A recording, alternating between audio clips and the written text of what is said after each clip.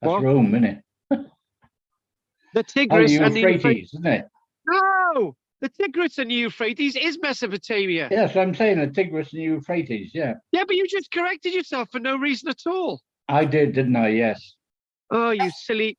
Right, okay. Let's see if we got any news. Right, let's start off with Peter. Let's see if you got any news from you, Peter, please. Well, not really, because I'm not going out very much lately. I tell you what, you and that Sandra, you should shack up together and stay indoors. Mind you, your children seem to think that anyway. Right, Andy, any news from you, darling? No, not this week. Okay, this is going to be a quick one. Right, Drina, save us. I'm sorry, I've got no news. Right. Okay. Right. Okay. Margaret, you better have something, right? Because I'm trying to stall time while I get something set up with YouTube. So, Margaret, whatever you do, just make it up. But I'm not coming on to you. Margaret, you've got 30 seconds. David. No, thank you. Oh, David, what? You could have made something up, right? Margaret, anything? Margaret, you've got to say something. Go on, Well, Margaret. you might have heard I was in Blackpool over the weekend, and we went for a walk along the coast at Fleetwood, which I really liked. Oh, nice. And we saw that there were lots of sandbanks out. I said, oh, look at all those sandbanks. And my friend said, well, when the tide is all out a long, long way, you can see tree stumps off the wild coast of Lancashire, off Blackpool. You can see lots of tree stumps. I said, oh, really? She said, oh, yes. Yeah, so that was a surprise. I don't remember those as a child. Oh yes, that is really relevant, isn't it? Yeah, probably on a low spring tide. Yeah. Well, that is really, really relevant. Yes. So yeah, that's off the Fylde coast. So yeah, that really surprised me. Did you go into any museums or anything like that? Is there any museums in Blackpool? I don't know. There Is there? is in Fleetwood. There's a maritime museum at Fleetwood, but it was closed. It was Sunday. Ah, right. Okay. But I'm just Mesopotamia. Meso is Meso means middle. So what's the Potania? Oh, now you've got me. I know what Mesopotamia is. What's it the middle of? Are two rivers. Is it? Tigris and the Euphrates. It's middle land, isn't it? Middle land is between the two rivers, but I'm not exactly sure of the translation. It's between the two rivers. Okay. The Tigris and the which? Euphrates.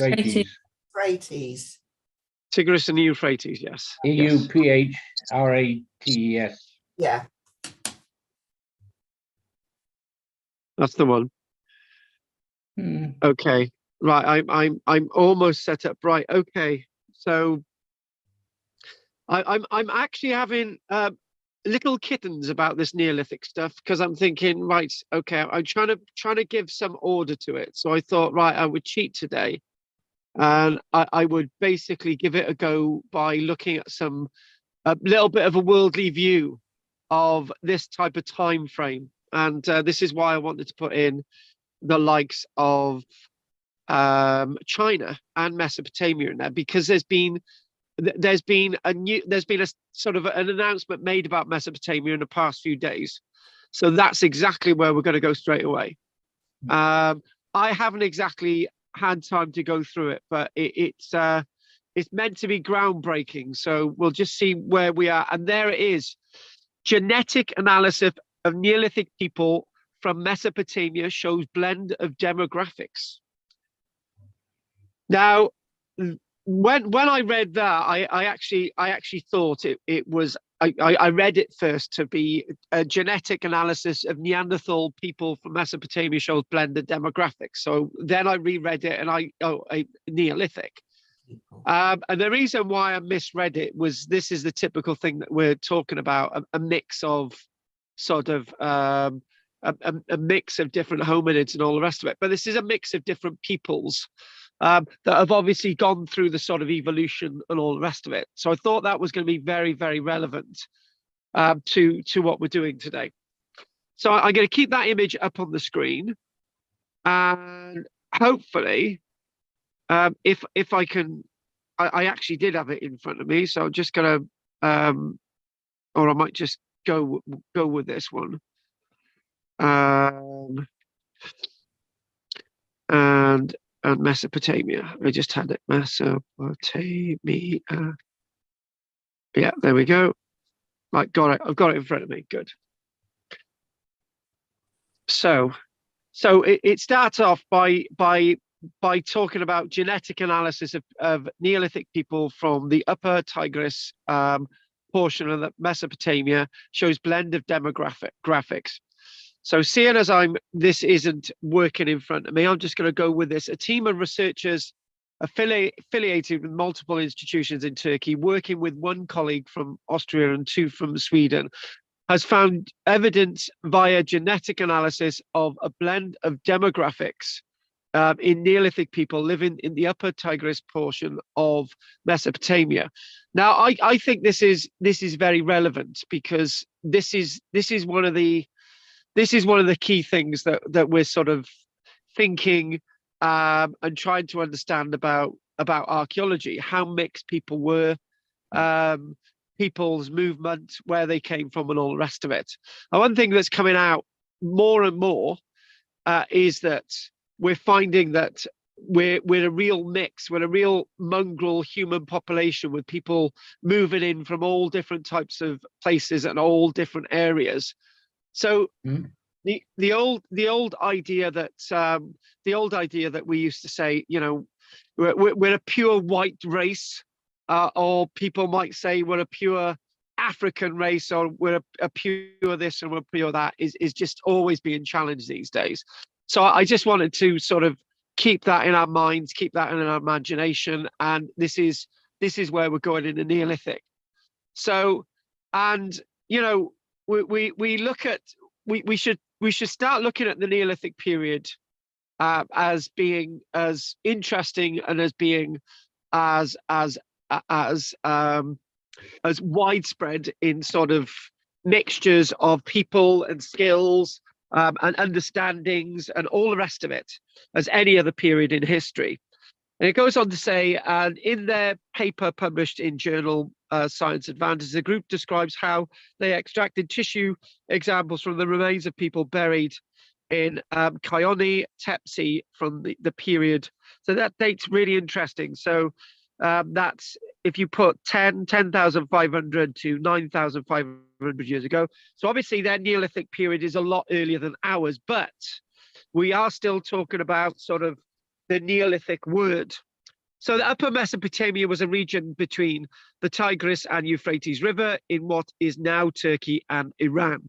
Researchers believe the region played a major role in the Neolithic transition, when people began to transition away from a hunter-gatherer lifestyle to one based on agriculture. It was also a time of many other cultural changes. Now, what we're going to do, we're going to keep with that sentiment for a little bit. So this thing here, it says researchers believe the region played a major role in the Neolithic transition. But what I'm going to do is, yes, the Neolithic transition period in Mesopotamia, because what we're actually starting to find now is that in different parts of the world, people are transitioning, people are moving, people are going into various different mixtures of hunter-gatherer, sedentary agriculture, both.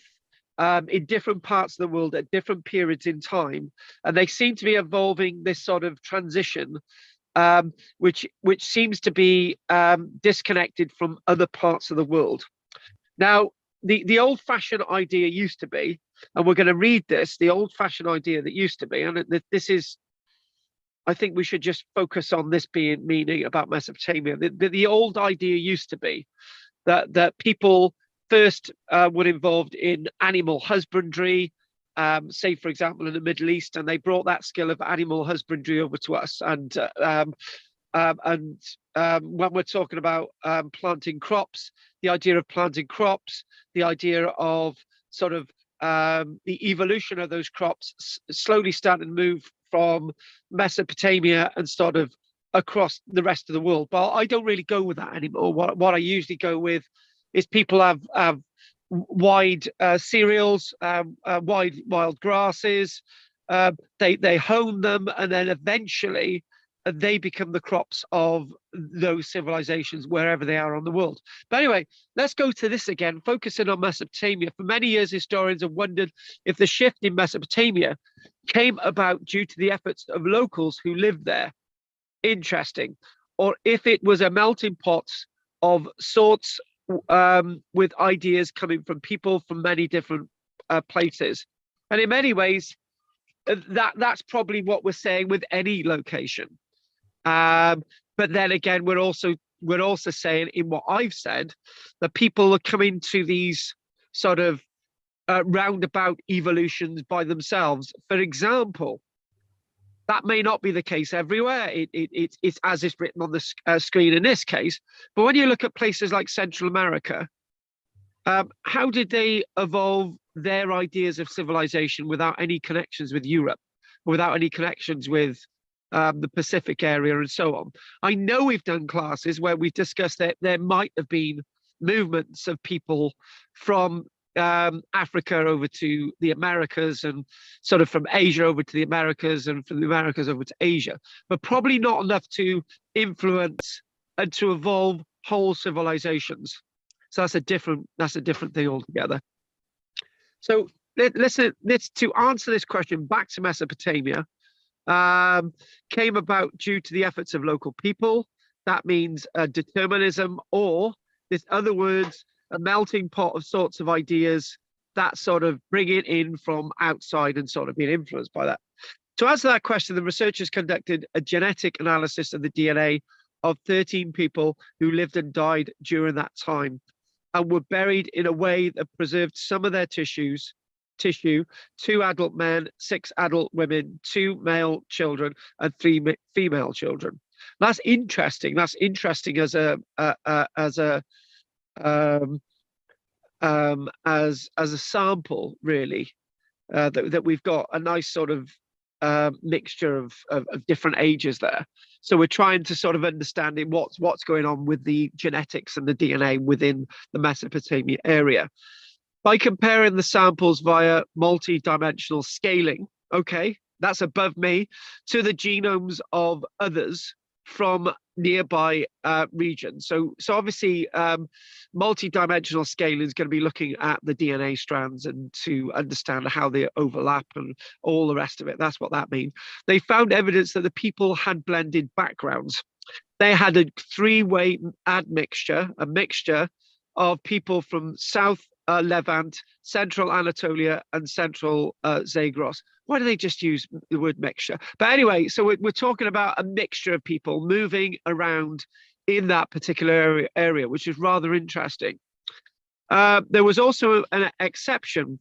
One of the women had a Caucasus, a Zagros background. So the Caucasus is obviously further north in regards to Iraq. This showed that there was migration into the region of people from much farther north, and perhaps other areas as well.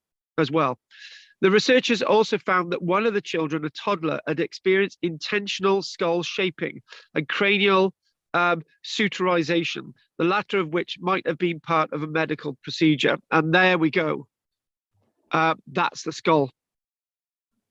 You're thinking, that looks a bit barbaric, but interesting enough, that healed over. Oh, it looks like it's what it is. You can see that when I say it healed over, you can see where it's starting to be less jagged, and it's sort of a bit of wear there. That's there it is, toddler. So it looks like it was healing in a way. This is obviously the skull. Examining the skull, interestingly enough, that there's different sort of indications of ulcers and so on in regards to the skull. But if we sort of go into that again, back to that child, so we've got the cranial suturization, intentional skull shaping. The researchers suggested the upper Tigris portion of Mesopotamia during the Neolithic era was likely a vibrant hub, with people coming and going, bringing with them both goods and culture. And I don't know if any of you spotted something. Okay, what I'm going to do, Idrina, what am I thinking of when I use the word? What's in my mind? You should know me by now. When we say people come in and go in, bringing with them both goods and culture, what am I thinking? Trade, surely. Trade. No, Drina. Trade. Are you thinking No. trade? No. You know, I think more complicated than that. What am I thinking of? No. Okay, I'll spit it out. I'll spit it out. People coming and going, bringing with them both goods and culture. Yeah, trade, but I'm not thinking that way, right? Because that's too obvious, right? We're doing the Neolithic period by looking into the nitty-gritty. That tells me that people ain't killing each other and murdering each other and raping each other and wiping each other out. In other words, humanity seems to be coming together. That's what I wanted. It's a peaceful time. Now you know what I'm thinking. That's the word I wanted. Thank you. See, you do know how I think. So yeah. And again, that is proof. Ailerons, i.e., we're looking at that sort of connection, which is exactly what I wanted. So what I'm going to do, I'm going to come back to screen, and I've got something here that is just like a tick list, and it's you know it is rather interesting, and it's this type of stuff blows our mind. I don't have any images, but I thought that was really interesting from Mesopotamia for a start. And if for example, I'm going to say it now, I've got a slight problem with my device here, and a bit of damp has got into it. So if it means that we've got to go onto a break early, we'll go onto a break early, because I may need to. Can I just go for it. Is 13 people enough of a sample? No. Or is that just that they only found 13 people with the stuff that they could tap? Yeah, they right. Wow, Trina, it's just about you and me tonight. Margaret, forget it. Right. So is that a good enough sample? Well, I got to be honest with you. I use a little bit of crude language. Bloody hell, yes, it is, because we don't often get that good enough sample. Remember, Drina, you know when we're doing all the Mesolithic stuff, we'd find a little bit of bone and we'd build a whole civilization like Time Team. Yeah. This time we got 13 people. Okay. Now, that is not enough of a sample. Yeah, you're right? But it's a big enough sample for us to give us some. Well, actually, you are asking the right questions. There is a big enough sample. However, right, when we go to the fact is, even one of those people, even just having one of those people, that is a mixture of people from different areas coming together, that is enough to sort of go back down the screen and use that statement, vibrant hub with people coming and going and bringing with them both goods and culture. But it wasn't just that, there were 13. And also with again, I thought that was absolutely brilliant that we've actually got a toddler that has actually come down with parents much further up north. So the one thing I would say, Drina, is this, right? That this is also thinking outside the box. That toddler itself represents a mum and a dad, right, who had moved down to this area. So that toddler is actually a representative of 2 other people. So that's 15 people in the sample. Do you see where I'm getting at? Yeah. Oh. Hang on 1 minute, Sorry. David. Andy, the whole point is that the toddler wouldn't be there by itself, right? It wouldn't have walked there by itself. So therefore, that represents another 2 people in the sample, even though they're not mentioned and they're not part of the archaeology there. That toddler, so there's 15 people in that sample already. Andy. I was just thinking that it could also be used as an argument against it as well, couldn't it? Because it would also Please suggest do. that these people have moved all over the place and therefore are nomadic and not settling down. Good. Yeah. No. Wow. Yes. We could. Actually, we can go with that. We can go with that, and we can use that. And then I can come back at you, Andy, and say, then we start to build civilization. Yeah. Is it a moving wave of civilization? And that is actually more interesting than you challenging the argument. Yeah. Well, that's where the 13 gets to be a problem, isn't it? Because it could be just a family group. Well, not a family group, because obviously they would have been able to identify that. But a group of travelers, the only one, the outcasts, where everyone else was staying just down the road.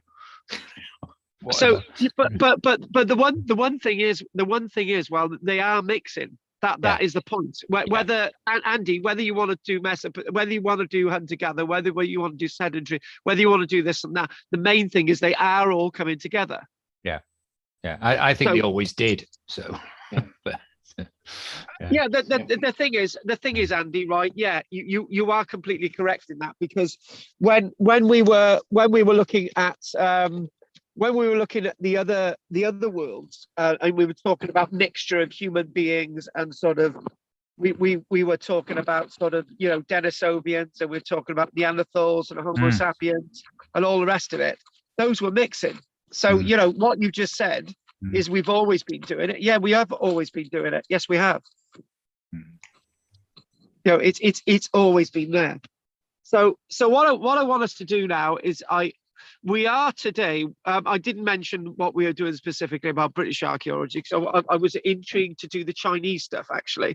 But some of the places that we're going to have to do when we're trying to understand the Neolithic is to try and get an idea, is we might actually need to come back over the next few weeks to places like Chaptal-Hayek. We are not doing good Tepe Tepe because we've already done that, but we have done Chaptal-Hayek before. But Chaptal-Hayek is in south east Turkey, is a typical type site for the Neolithic period. So we will be doing Chaptal-Hayek in some detail, right?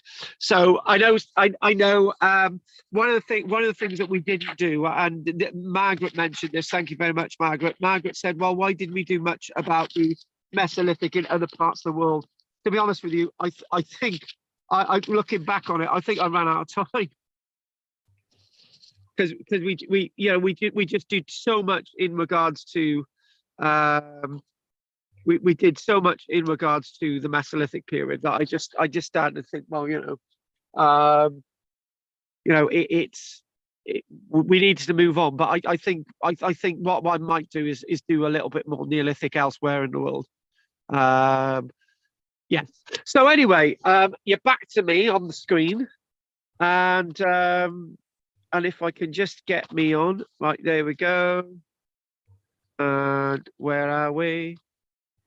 What is showing on the screen? Is it just me? Oh yeah, it is now. Pete's going to say Pete's going to say what an ugly looking brute.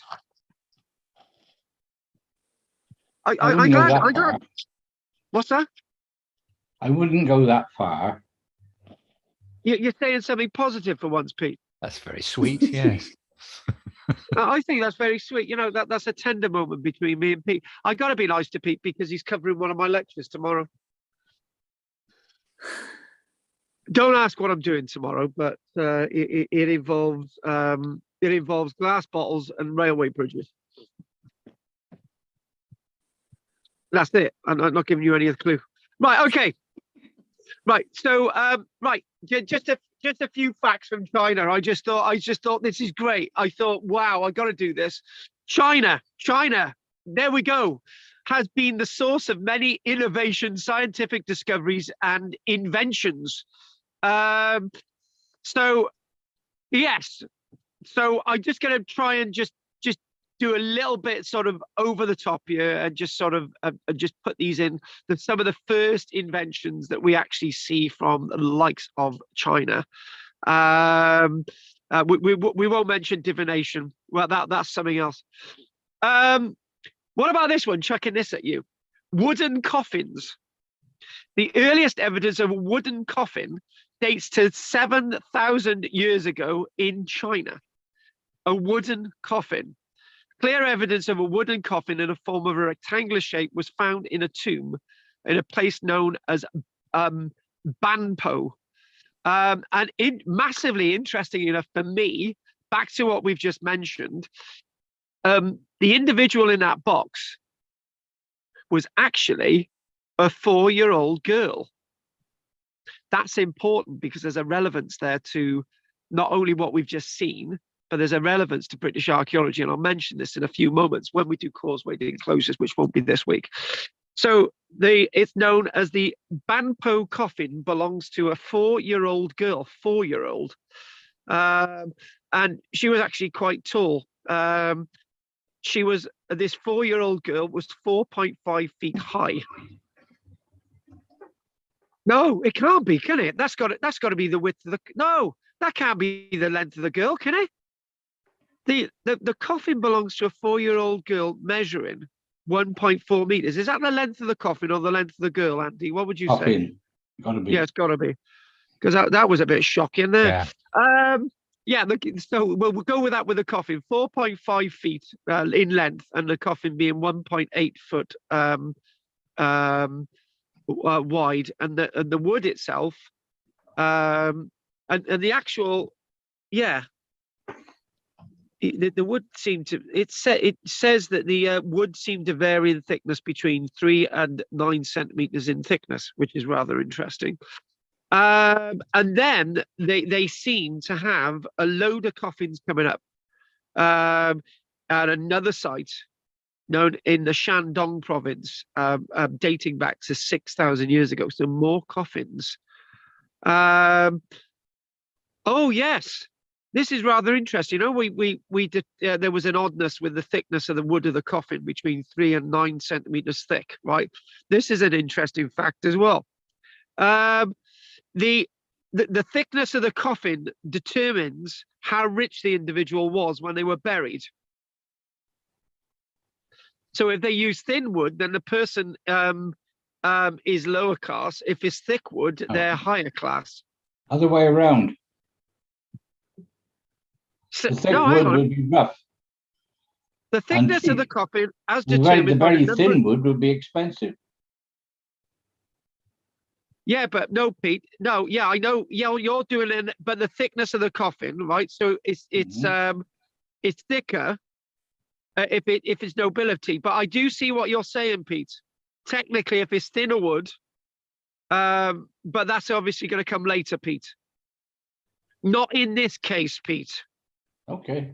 It's the other way. Yeah, no, actually, Pete's got a good point. Pete has a very, very good point there.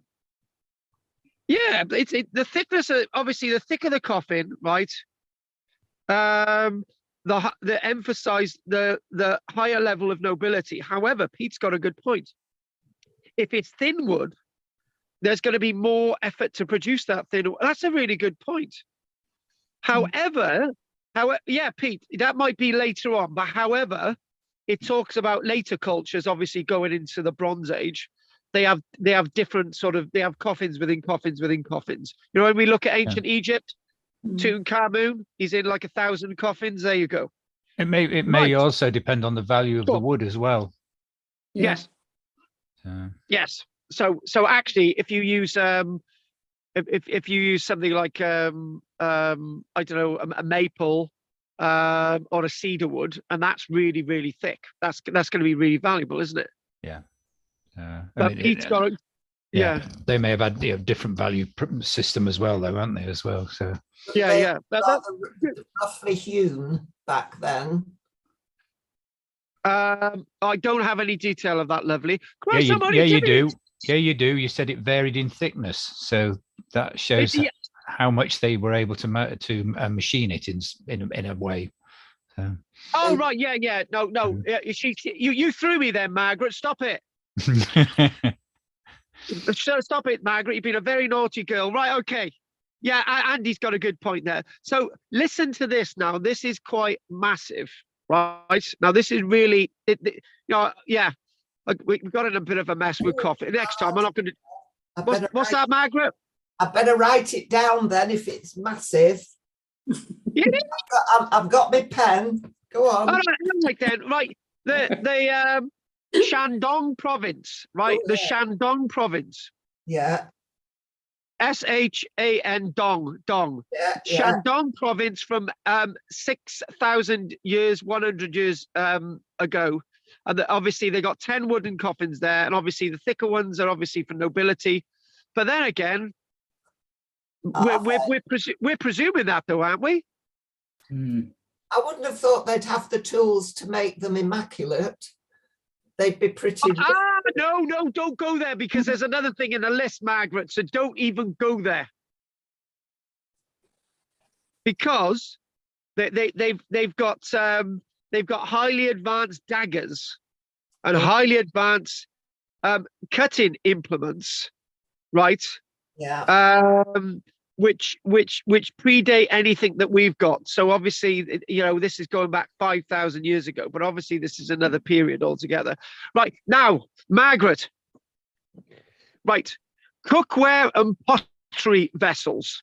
Now, what we want to guess the date on this one, right? So, can we have a guess the date on when the earliest pottery was that we actually find from China?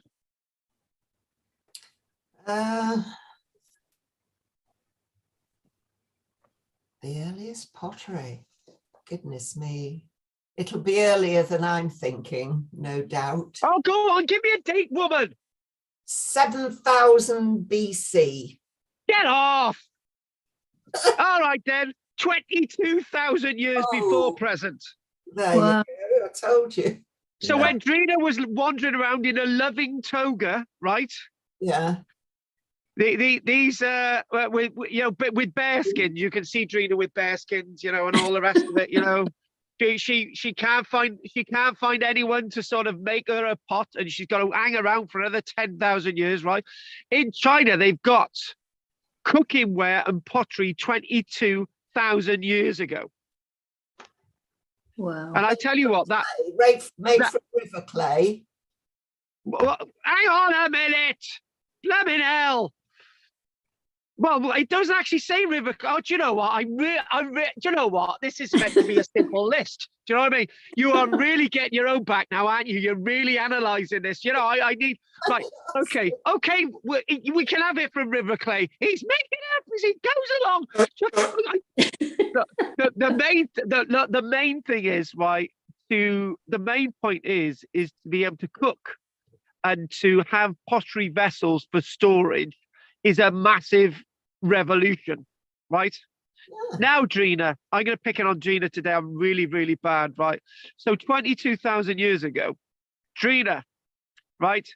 If there was mass movements of people sending their culture and sort of technology to different parts of the world, right? 22,000 years ago, and there was a mass movement of people, right? They put in the little bit in between us, right? Go on. I'm not quite sure what you're getting at. Oh, right. Yeah, I do. I just, sorry, I wasn't very clear there. Sorry, Drina. No, what I'm trying to get at is if it's about diffusionism, everything comes from one point. So they evolve pottery and then it moves around the earth, right? So it's unreasonable to think that it would have taken 10,000 years or 12,000 years for that technology to get to us, right? So obviously, if there's mass movements of people, it would have got to us a lot sooner, right? That is the point I'm getting at. So there isn't, back to what I said at the beginning, I don't believe for one moment that all our ideas, all our agriculture, or everything that we think's actually come from one spot.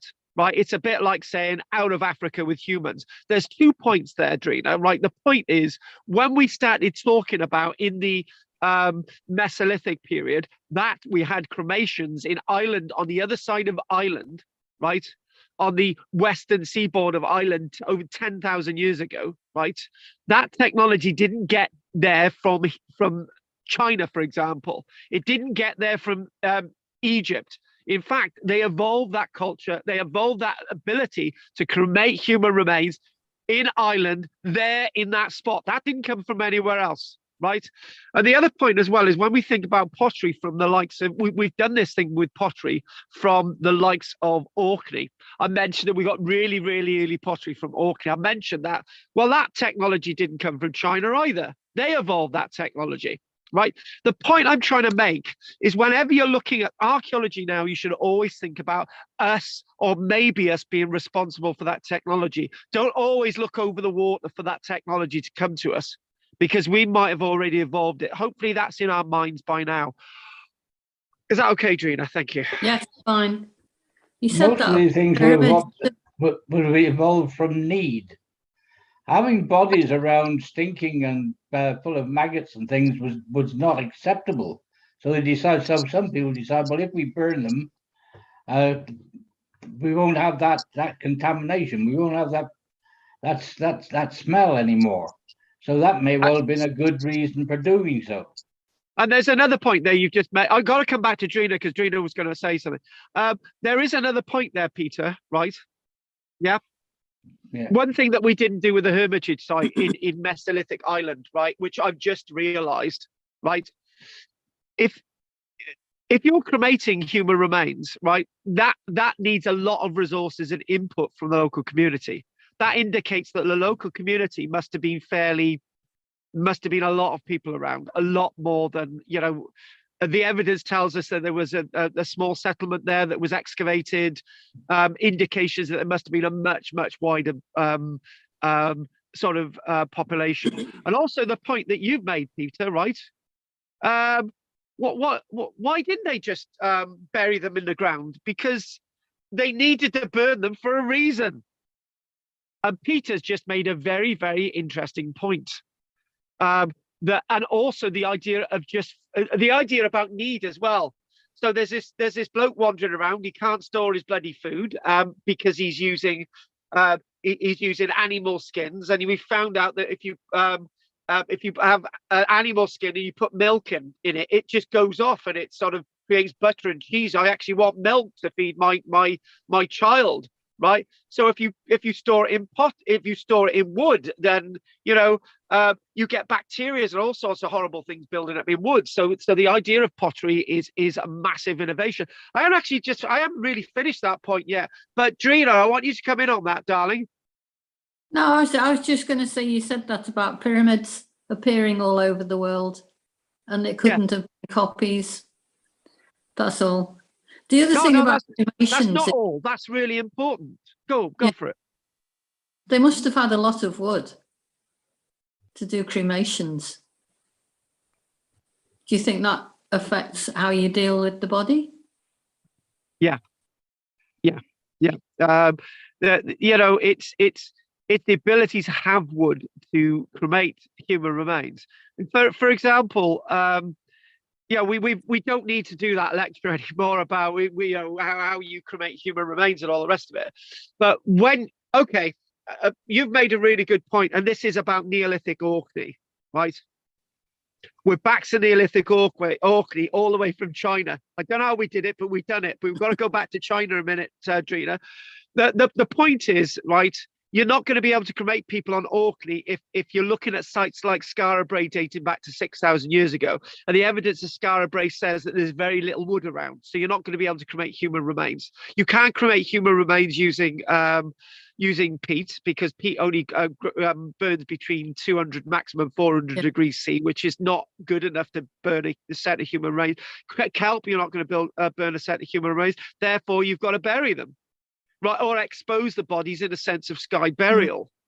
And actually, we have gone off in a massive tangent, right? I'm going to pick on Pete again, right? So, Pete, right, I want you to turn it around the other way, right? So, you mentioned about the idea that we've got we've got to burn the human remains because they don't want rotting, maggoty bodies lying around and all the rest of it. But what are the reasons why? Of them, that's the thing. Yeah, but Pete, right? Say there's not lots of bodies. What's another reason why we're burning human remains? Well, but for the soul to go into the universe, into the whatever they thought was up there. They see the smoke going up, and that's the person going up. I'm actually going to grab that, and I'm going to go with that, because that's a good comeback. That's really good. That's really good. Oh God! Right, so we've got to get back to this pottery in China. And by the way, my phone seems my device seems to be fine now. Right, this is just to wind this is to wind Margaret up. It's from Janredong Cave, and actually the pottery was actually found in a cave. It wasn't actually found on a site outside in the open in Janredong. Right, and how you spell that? Just how you spell that, Margaret, is Xianren Dong, Janredong Cave. The pottery was actually found in the cave, and how do we know it was actually cooking ware? Because there were scorch marks on the outside of the pottery, indicating that they were cooking ware. Now that's a massive revolution, because the reason why that's a massive revolution to me, right, is that they produce pottery that you could hold. Okay, what you're going to cook on a fire? Well, you're going to actually cook liquid, didn't you? That's what you're going to do. You're going to cook liquid, right? So therefore, they were able to evolve pottery up to 22,000 years ago to be able to suspend above a fire, or to be able to put in a fire to heat water. Therefore, the evolution of being able to evolve pottery must have occurred a lot earlier than that. Initially, they didn't put the pot on the fire. They filled the pot with water, but had pebbles in the fire, as was known as pot boilers. And then they would put the red hot pebbles into the water in the vessel to cook the food, without actually putting the cooking vessel on the fire. That speaks in every way what I've just said. So in other words, the evolution of pottery must have been earlier. Then they realized they can put the pots on the fire, they can heat up the liquid that way, because there's burn marks on the outside of the pot indicating they had been put on the fire to cook things. But Pete's got a very, very good point. If you're able to have pottery and you just put stones into the pottery, it heats up the water, job done, Bob's your uncle. Easy. But Pete, that's a bit of a mucky way of doing it. So let's sort of evolve that a little bit. But there's a known way of doing it. Yeah, and that might be for the technology, that the pots would withstand the heat better that way, rather than putting them directly onto the fire. But eventually they did put them onto the fire. Yeah, well, that's the point. I think that's a refining process, isn't it? So yeah, that's refining, exactly. So yeah, Pete's right. You're right. This is the way things are evolving. Pete, quickly before we go on. Okay, right. So basically, and also, now this is a very difficult thing for me to take, but it's one that we've understood, that the word hunter-gatherer means lots of different things to lots of different people. There's another cave known as Uchenai Cave, Huchenayan. I've got to say this, Huchayan Cave, Huchayan Cave, Yuchanyan, Huchayan Cave, in Hunan province. You remember Hunan province from COVID. 20,000 years ago. Oh, no, I got this wrong. 18,300 years ago, right? They've got more pottery, right? And then they go on to say that this pottery is associated with a hunter-gatherer community that is involved in agriculture at the same time. And we're starting to see, in other words, this sort of links in with what Andy mentioned earlier on, right? And Andy may not have meant to indicate what I'm saying, but I'm going to say this, right? We have done a lot when we've looked at the Paleolithic period and the Mesolithic period, and we've come up with a conclusion that everybody's doing everything. There's people moving around, people staying there, people doing that, whatever. But we're a bloody island nation, right? It's quite a small place.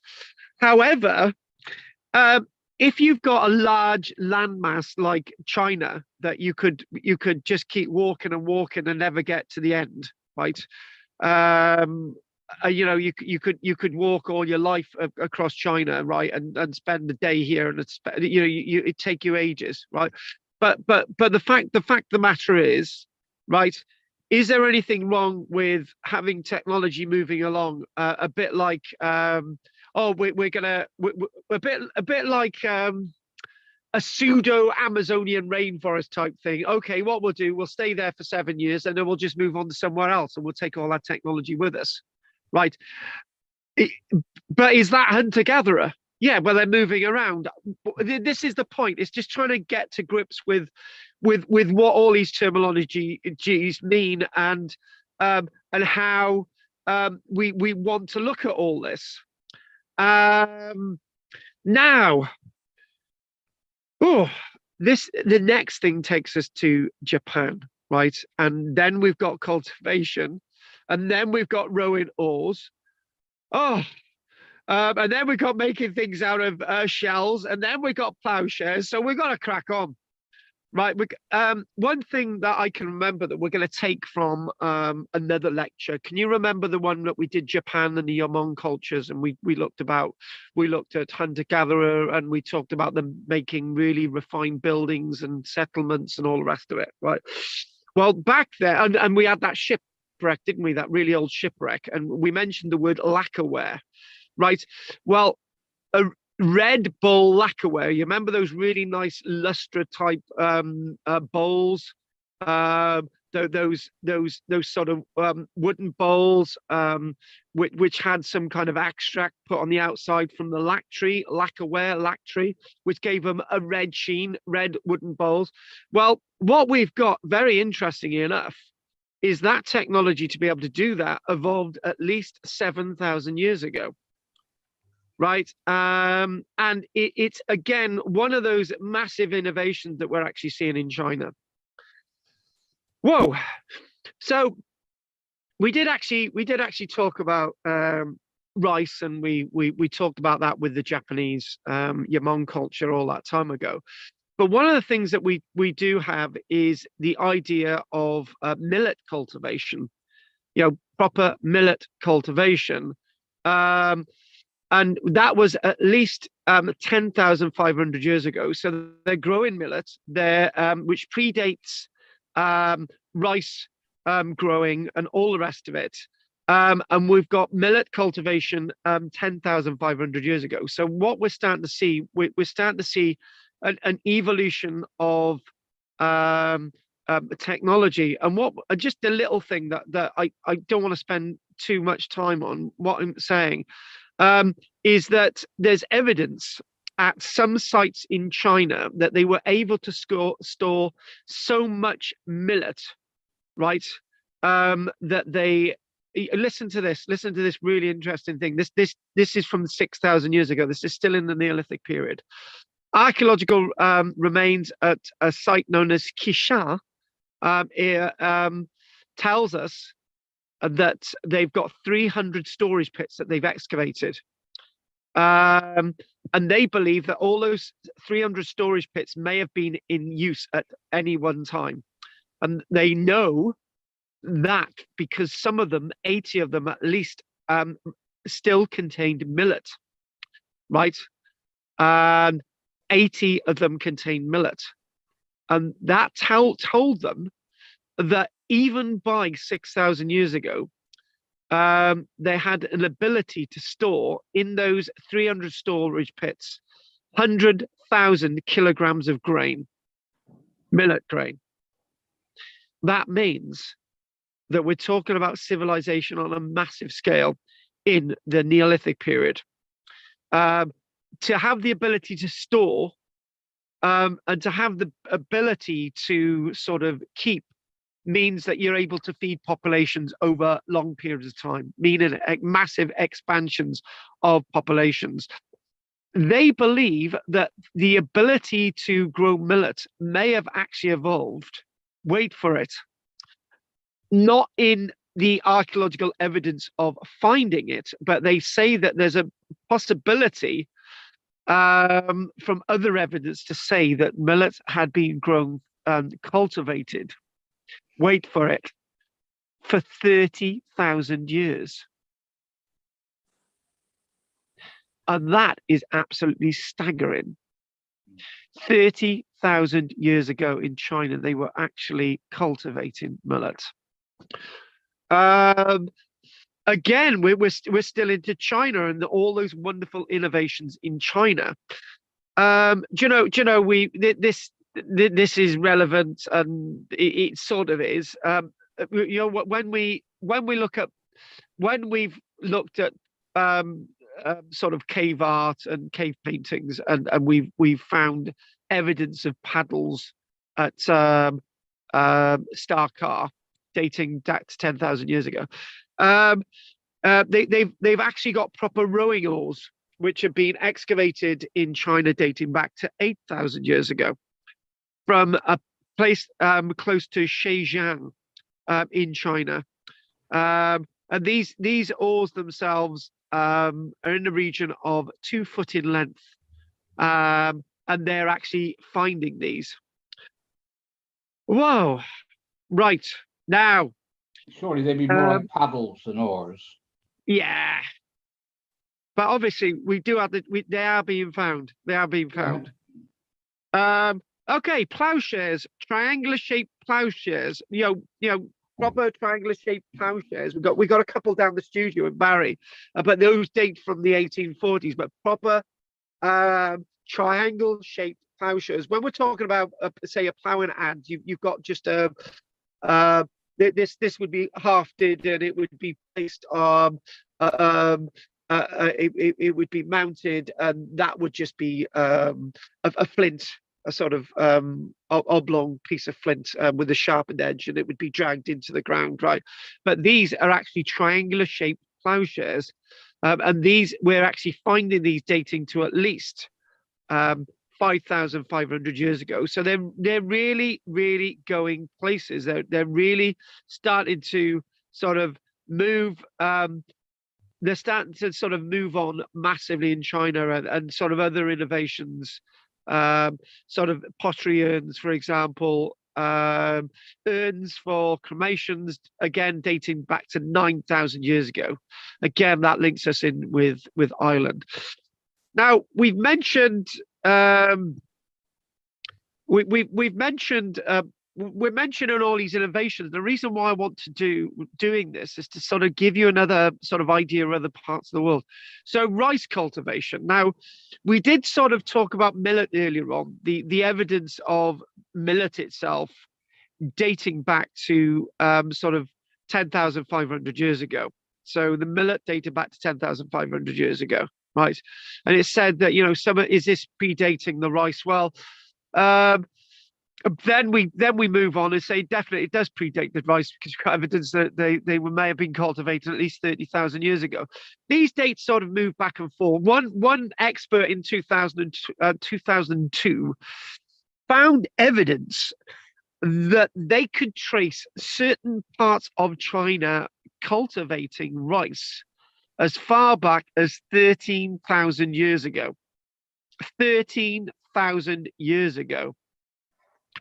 And in the Yangtze Valley, as in the Yangtze River, the Yangtze Valley, dating to 9,000 years ago, the landscape is over to rice sort of cultivation, massive.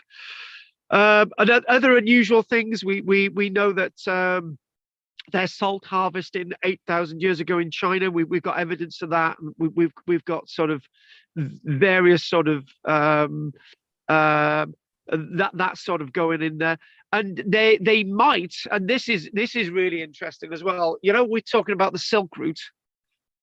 The oldest silk found in China dates from Henan province, again dating back to nearly 6,000 years ago. Silkworm culture, silk. So, you know, we've got silk. And finally, if we sort of moving in with that sort of rice culture and all the rest of it, the paddy field, the idea of the paddy field. You know, you watch all those films from Vietnam and all the rest of it. Typical paddy field, a sort of big sort of paddy field, which has got lots of water and different sort of levels and terraces on the sides of hills as well. So again, paddy field dating back to just over 6,000 years ago. So civilization is massively going places in China, and it does no longer make you realize why China has got the run on the world for many, many generations, and why China sort of is the sort of up and coming the up and coming culture of the world much earlier before us. But did you notice all the links there? It's a lot to do.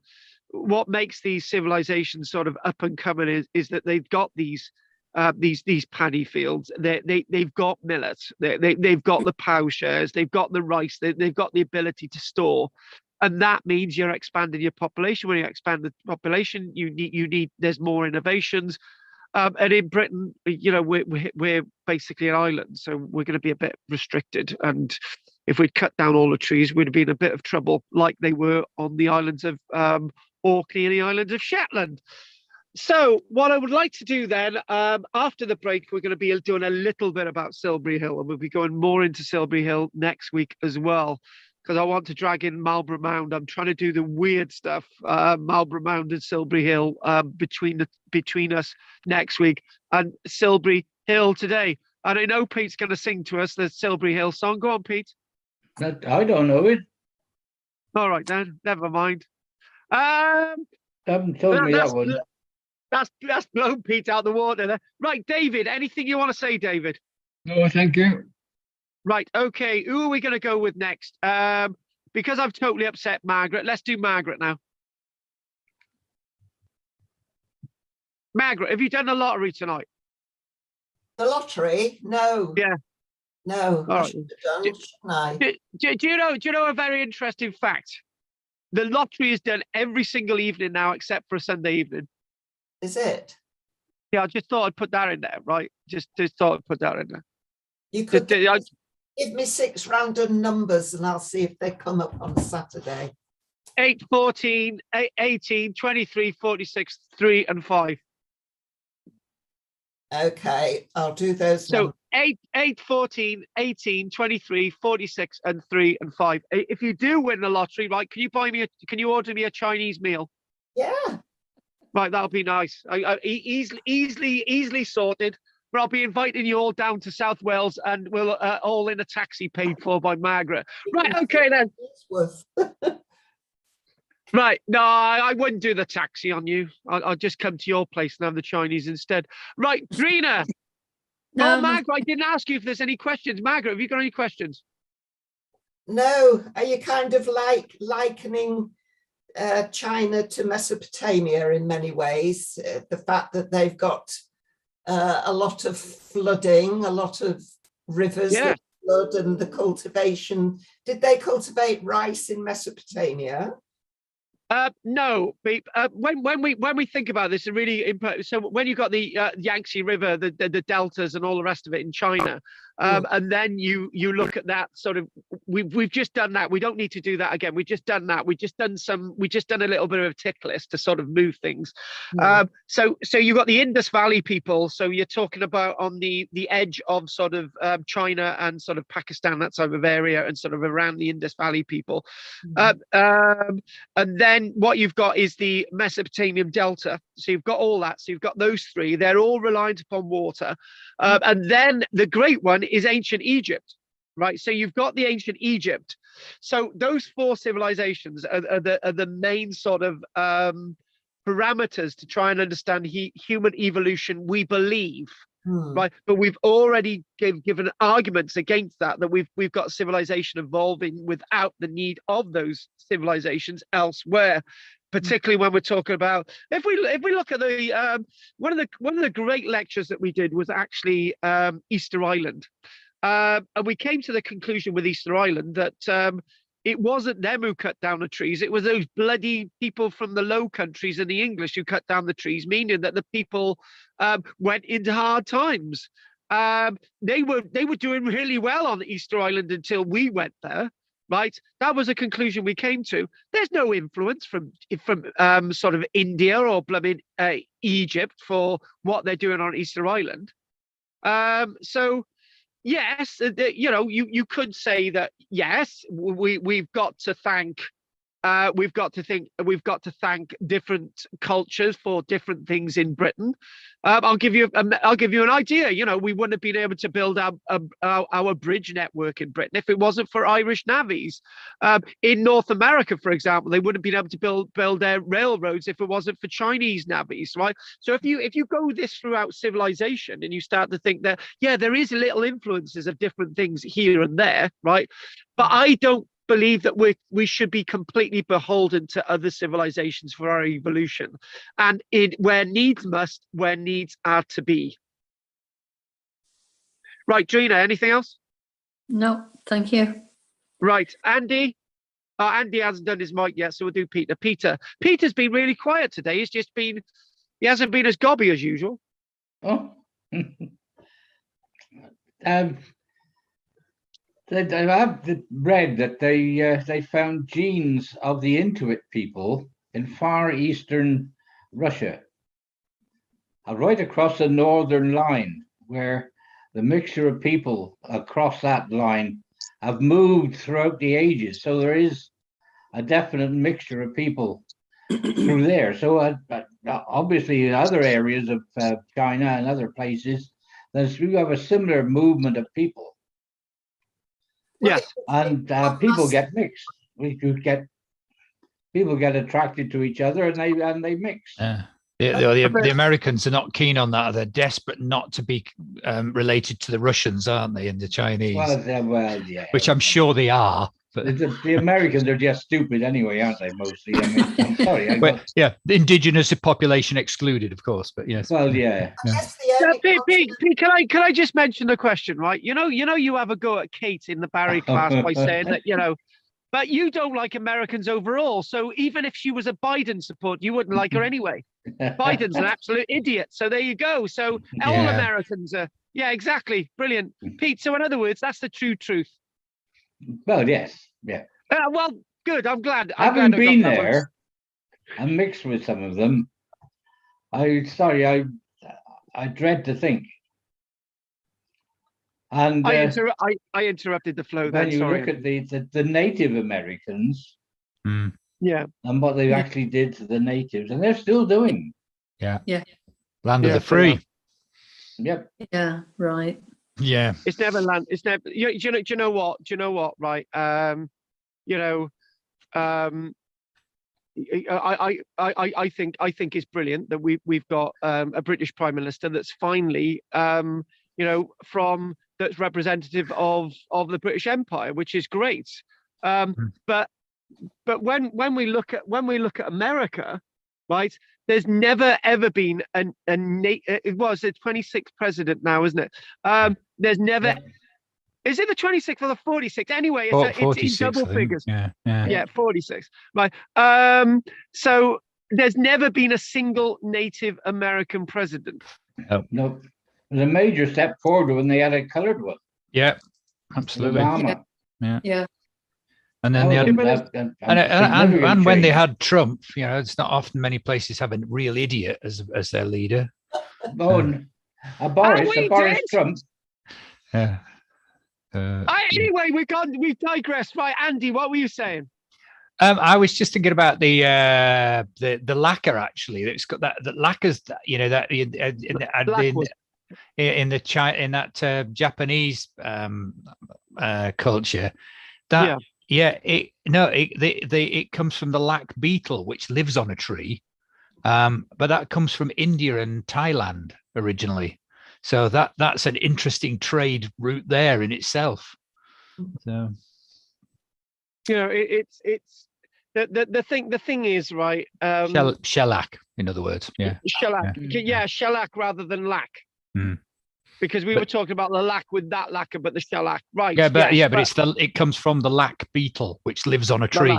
It eats the sap and then secretes the shellac. So, and the thing is, right, what we're seeing is that, we do see these movements of technology around the world and different places, but these civilizations are not beholden to it, right? And no.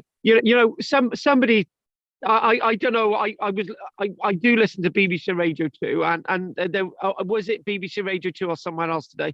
There was the statement being made, the world owes the British Empire a favour for our level of civilization, and I'm thinking, hang on a minute, isn't that sort of talking in a Roman way? Isn't that's that imperialism? Absolutely. Yeah.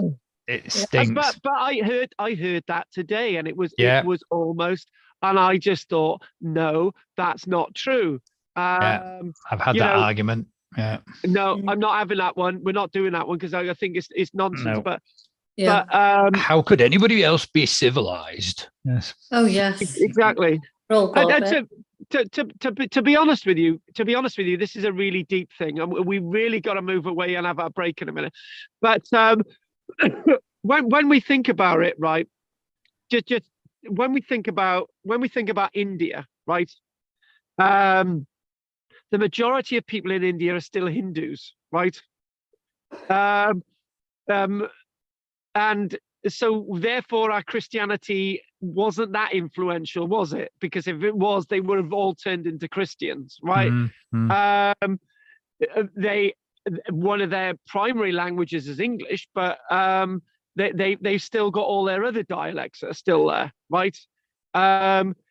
India still does its thing. It wasn't massively overrun by British imperialistic civilization. And likewise, we can say the same thing about us, because in many ways we've kept hold of lots of our little things, right?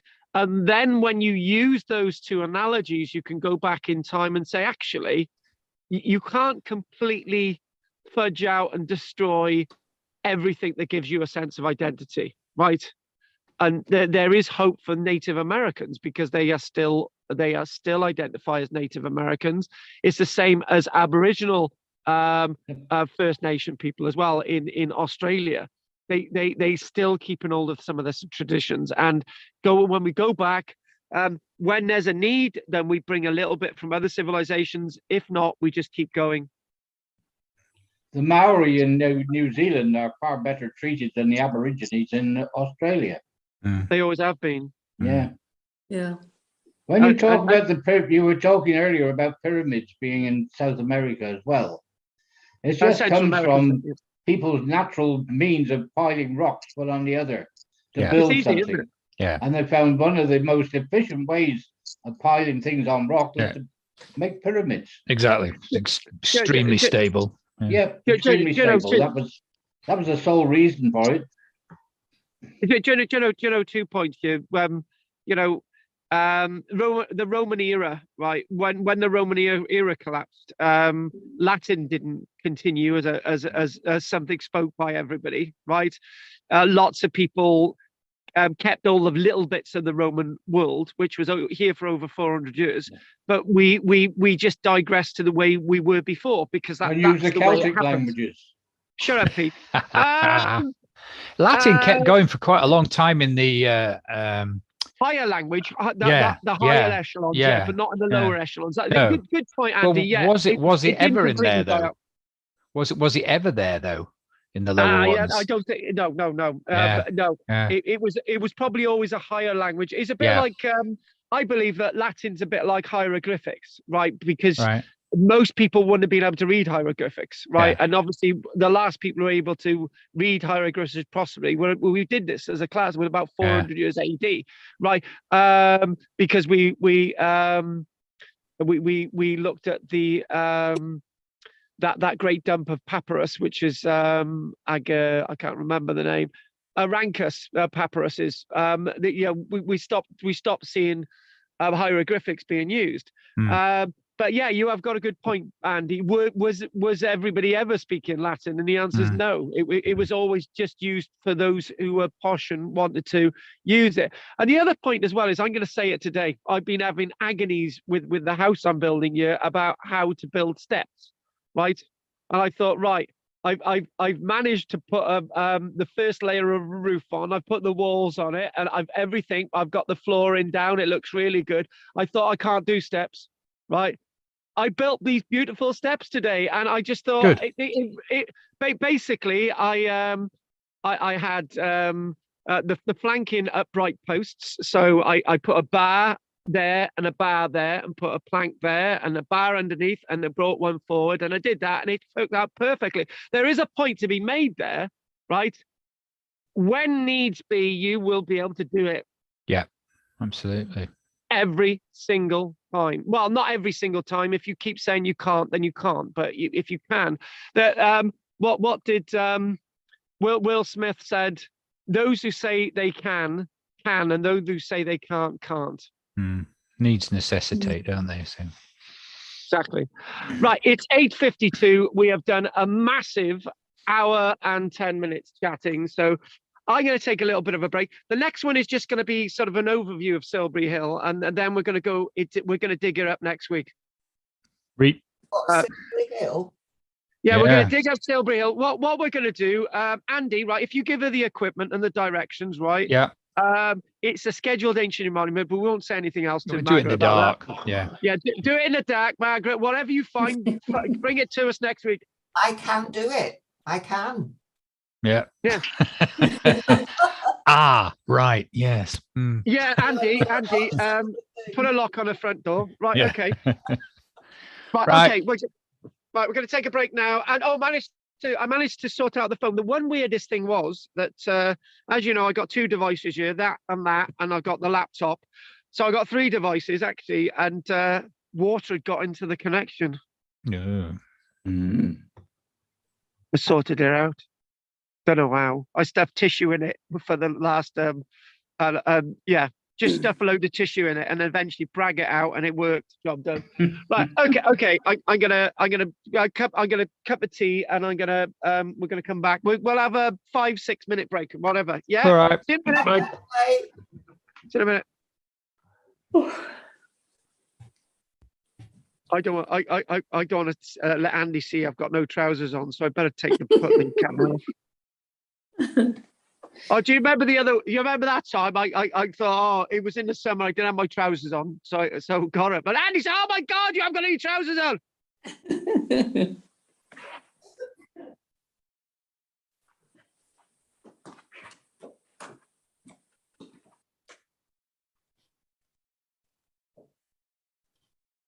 You remember that time I thought, it was in the summer, I didn't have my trousers on, so got it. But Andy said, oh my God, you haven't got any trousers on.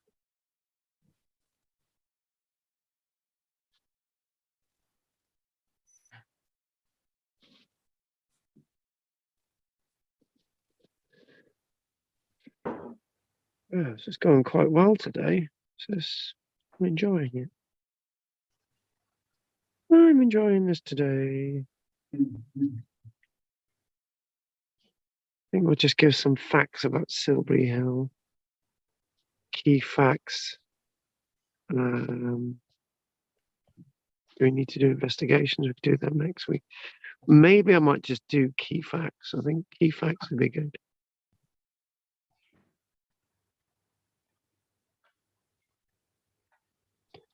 I might actually do Silbury Hill discovery.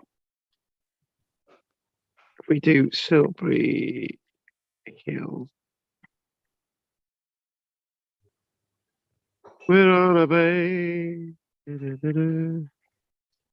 What's it all about, Alfie?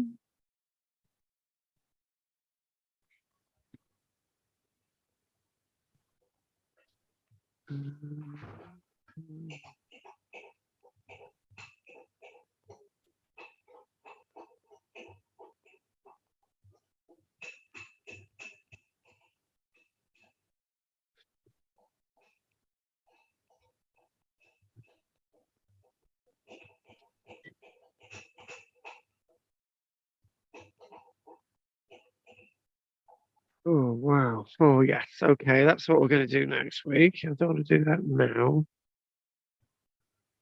No, I don't know. I don't really need to go into that much detail.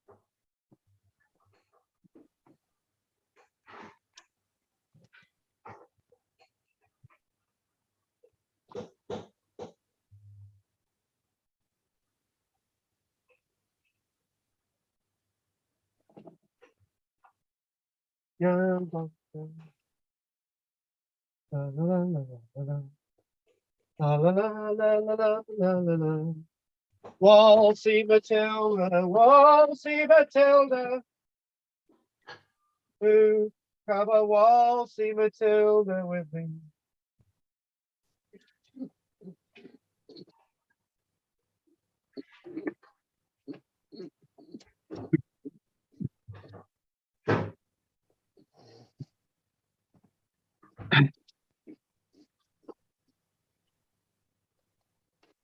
Oh, I haven't fed the carrots to the sheep. Oh no! Margaret, I've been a bad boy. Margaret, I've been a bad boy. Gina, do I get punished for not feeding the carrots to the sheep?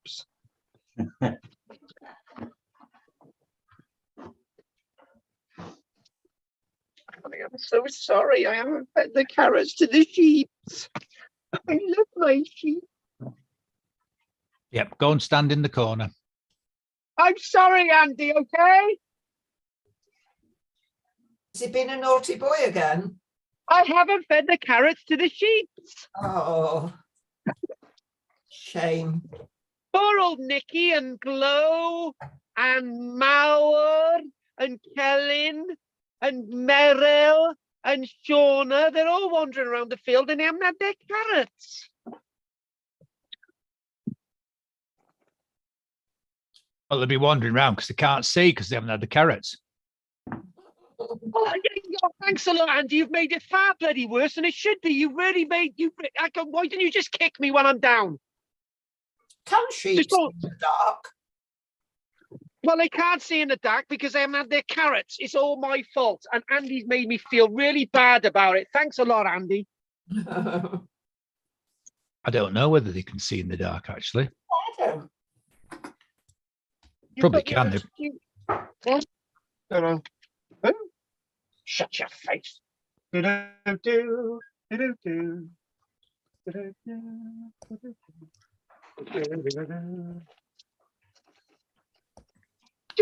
Andy, do you think I should have couscous and red sauce?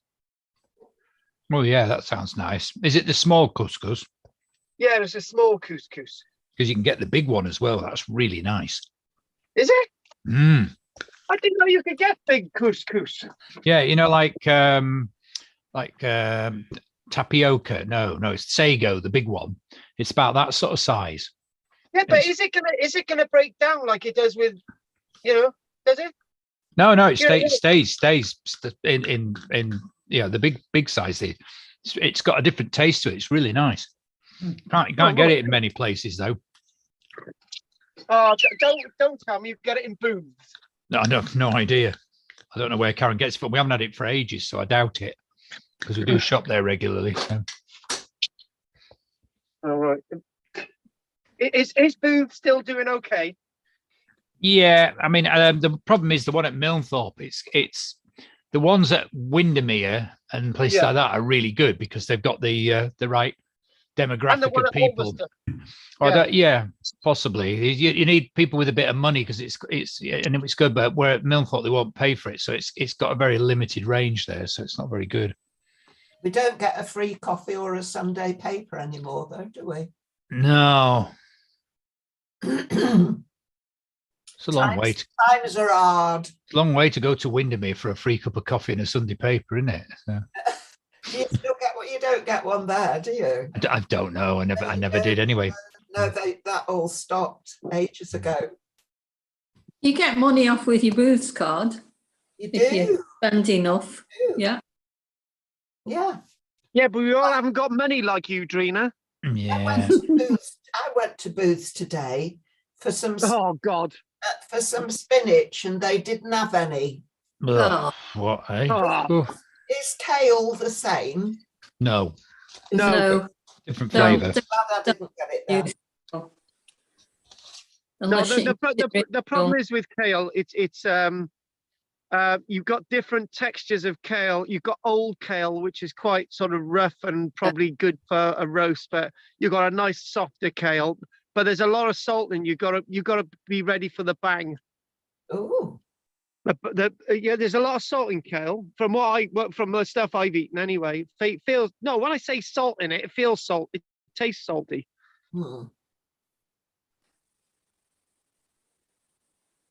You just wonder if any new types of fruit and vegetables will appear over the next 50 years, don't you? Oh, I'm sure they will. Yeah.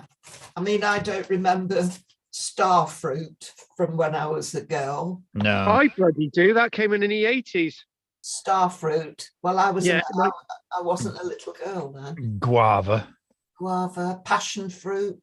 Now, during the war, Oh, not again. During the war. Oh, Which my was God. that, Pete? Yes! Woo! we had no fruit at all. Oh, well, Yeah, yeah, but- that narrows it down a bit. The thing is, in the Boer War, they didn't have planes to fly them around. Yeah, that's true. I used to Oh, occasionally hear about bananas arriving on boats with snakes in them. Mhm. Mhm. You never hear of that anymore, do you? Well, and spiders was, No, they still get odd spiders. Yeah, but the tarantulas, yeah. the banana boats used to come into Barry. Mm. Yeah. And I remember they were quite surprised to see a tarantula walking up in the gutter of Veer Street in Barry. Yep. Yeah, but hang on a minute, Peter. Have you seen the type of people wandering around Vere Street? Well, there you go. Yeah, tarantula probably wasn't safe, was it? No, it was. No, it was. Yeah, you haven't been to Vere Street in Barry, Andy. No. It's another planet. What's your favourite fruit, Peter? My favourite fruit.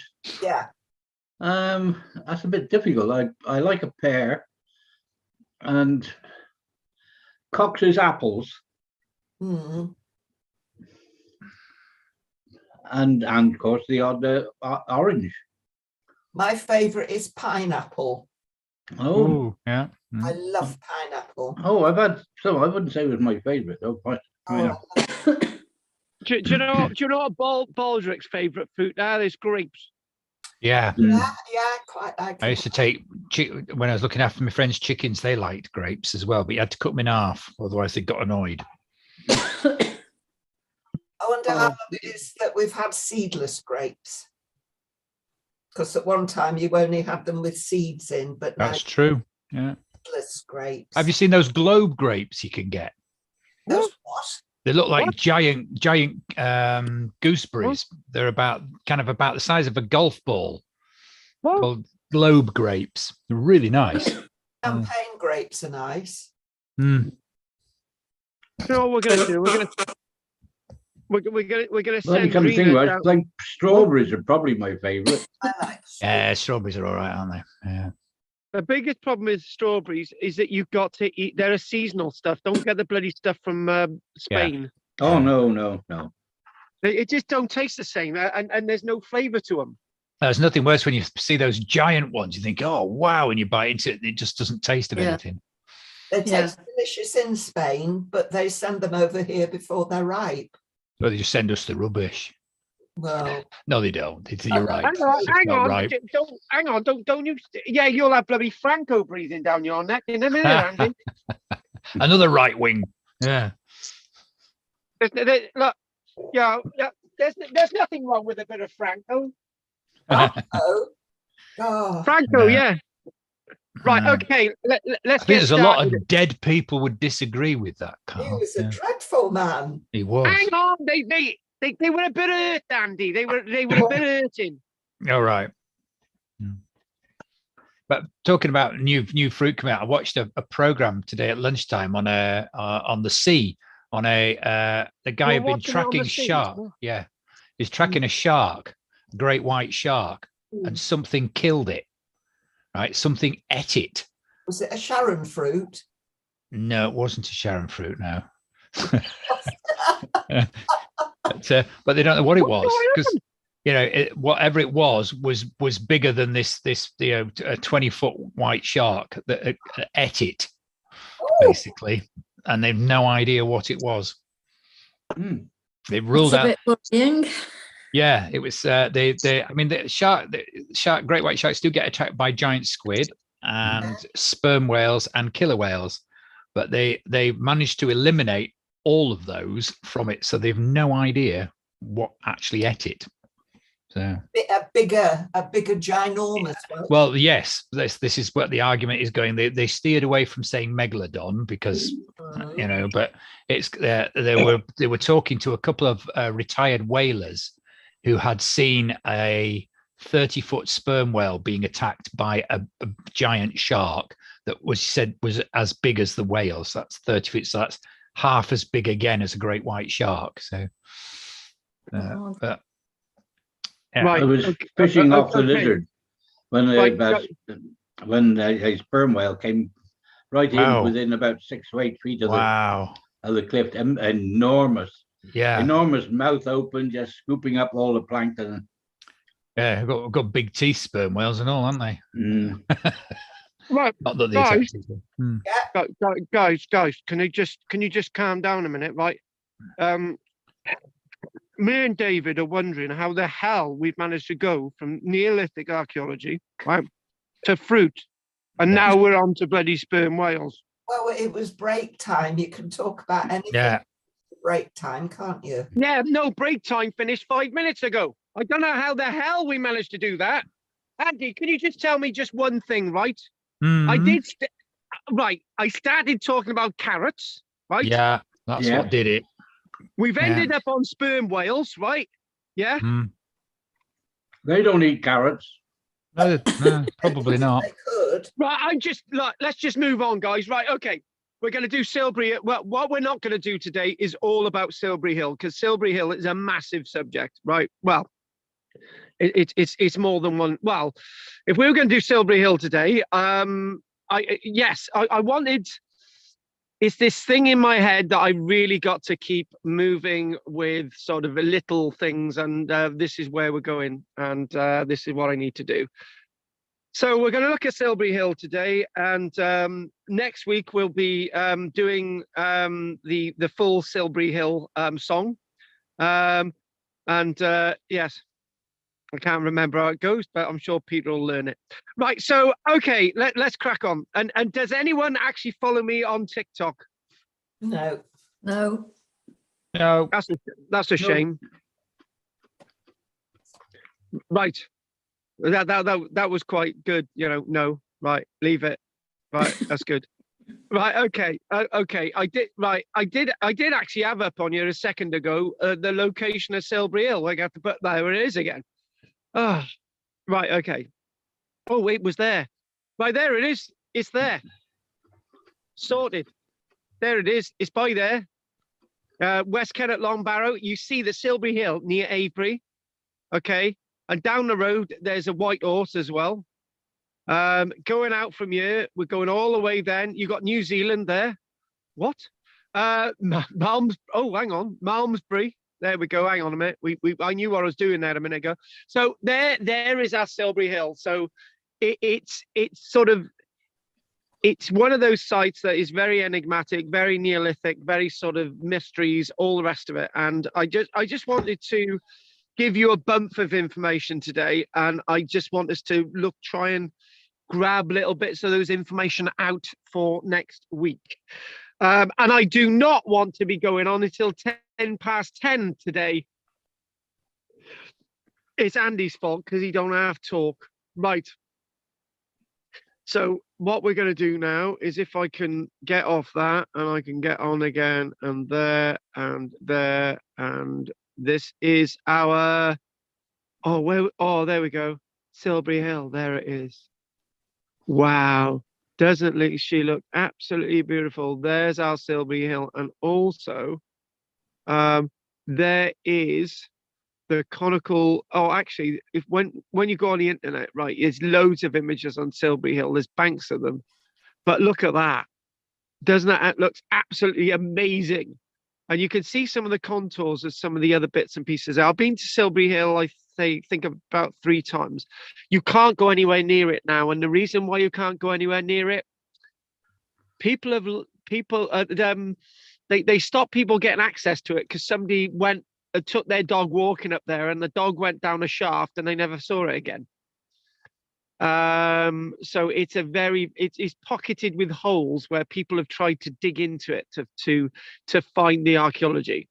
So Silbury Hill is a prehistoric artificial chalk mound near Avebury in the English county of Wiltshire. Now, to sort of go back on that, and we go and we think of the basic shape as we look down on it, you might be mistaken for thinking that looks actually like a pyramid, right?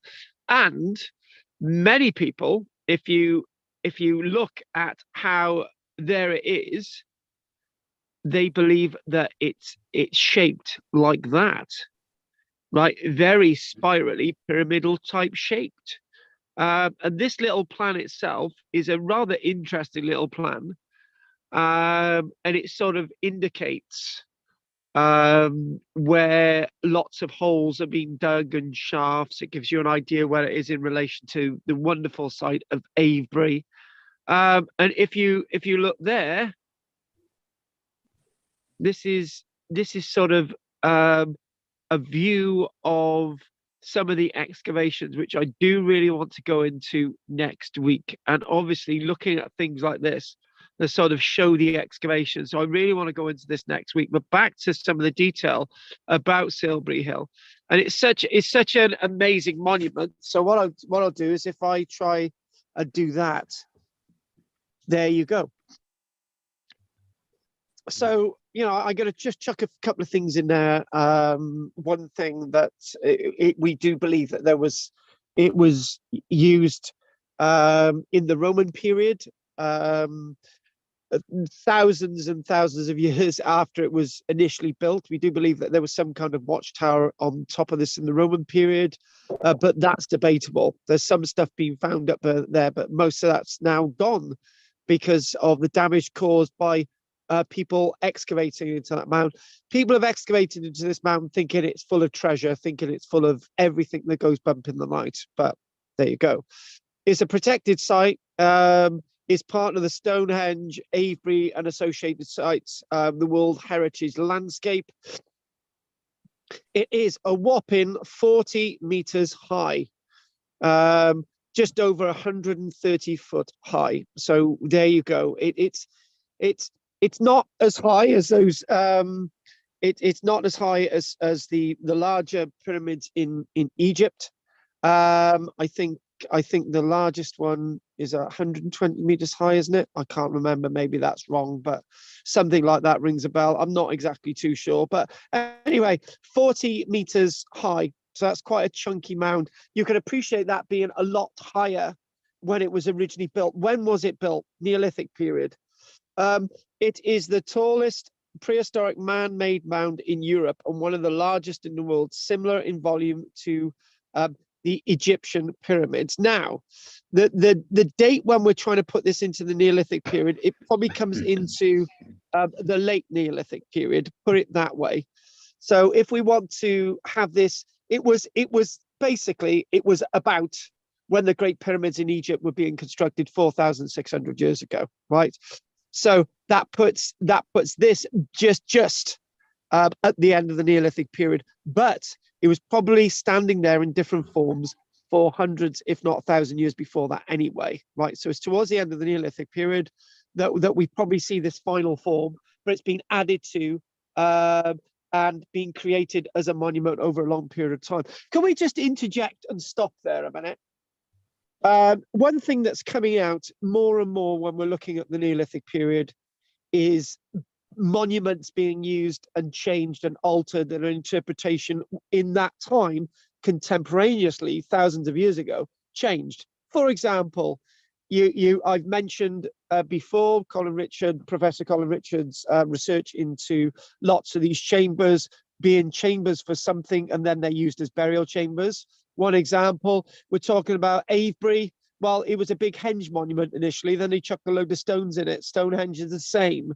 And when we're talking about these types of monuments, that because they were used over an incredibly long period of time, right? The purposes and ideas and understandings of these things changed and altered, right? And I think that's got a lot to do with memory, right? Chinese whispers. So a Chinese whisper. Now let's do a Chinese whisper. Can you remember why this was built? I don't know.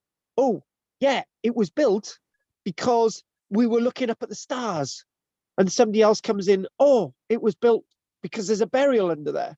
And a few years go by, and somebody says, oh, it's built because people wanted to see a white conical hill when it was covered in snow in the winter months. And then somebody says, oh, it was used as an astronomical sort of guideline for looking at outer space. It was built in that way so that we could actually get access to the gods. You know, loads of people had different ideas, but the original purpose and the original meaning why it was built, we'll never know. We don't know why Stonehenge was initially built either. Do you know, I had this really weird idea that came to me yesterday, which I don't really want to repeat, but I was thinking about Stonehenge, and I thought, the stones at Stonehenge, could some of them have been moved around by the Romans and maybe this and that? And I thought, yeah, why not? Because we moved them around in the late 1880s, 1870s, 1880s, 1950s. So, you know, that's what I'm trying to say is that this Neolithic landscape is forever changing and forever evolving. So again, yeah, Silbury Hill is part of a Neolithic landscape. That's quite clear. Even though the landscape has changed and altered and lots of things have happened over time, it's part of a complex Neolithic landscape. I'm glad we use the word complex. Nearby, we got West Kennet Longbarrow, the Avebury Ring, the West Kennet and the Brock Hampstead avenues, and all the burials within the landscape, all these other things, right? It's part of a very rich landscape, but none of these were purposefully built to be all together within the landscape at any one time. The reason why we say that, Andy, well, this is built of earth. Avebury, the stones at Avebury made the stones. West Kennet Longbarrow, earth and stone. So different mindsets building different things over different periods of time, sort of a different sense of interpretation. So this mound itself, what can we say about this mound? It's composed of chalk and clay from the surrounding area. And, you know, depending on which book you read, people give different heights. So it might be 39 meters in height, 43 meters in height, you know, depending on how you measure it, right? And depending on what instruments you use. And there was this whopping massive ditch around the outside. Now, if we dug up that ditch around the outside now to its original depth, the hill would probably drop by about 10 meters because it would subside into the ditch. So what can we learn by that? Well, it's quite obvious science, right? It's quite obvious. 2 points. Whatever's inside that mound is distorted and changed and altered over time, because when there was a ditch around it, this thing was a lot higher. It may have been 10 meters in height. 10 meters in height. Shut up. It may have been another 10 meters in height. Maybe it was 60 meters in height. It was huge. Maybe you could have jumped on the stone at Avebury and looked over and you've seen this in the distance. You could definitely seen it from West Kennet Longbarrow. But the point is, right, it was a lot higher. So obviously that's subsided into the ditch around the outside. So that's a really, really important point. It covers 2 hectares. So if anyone's ever been to the Millennium Stadium in Wales, you could probably fit the Millennium Stadium into that twice. Just the stadium, not all the other stuff associated with it. Now, it's built over a number of different stages. We know at least the earlier stages date to at least at the end of the Neolithic period. Hence why we were given that sort of contemporaneous sort of link with ancient Egypt. And what I'm going to say, right, okay, let's just not say anymore. I'm gonna ask David this one. David, if you don't mind. David, does this indicate skill, or does it just a pile of earth pumped on top of each other? What would you feel about this mound? It's just a mound. It's just a mound. Is that a sense of skill that it was created or not? No, It's not skillful. no. Okay, that's your view, David. Thank you very much for that. What would you say, Drina? Is it skill to be able to create this mound or not? I don't know. It depends if there's something inside it. Surely they'd need to work that out before they could pile earth on it. I don't know. Okay. Unless you can draw a circle in the soil. That's skill. Okay. What about you, Andy? What would you say? Skill or just a pile of earth, as David said? Skills a different one, isn't it? Because it requires a logistical organization never seen before. Whether there's anything inside it or not, we don't know, do we? So, but and I like the fact that the original one was probably stepped as well. That's quite intriguing. Yeah. Implies all sorts of that would suggest a whole set of design concepts as well, which then brings skill into it as well. So, but they would have shone quite right if they were chalk.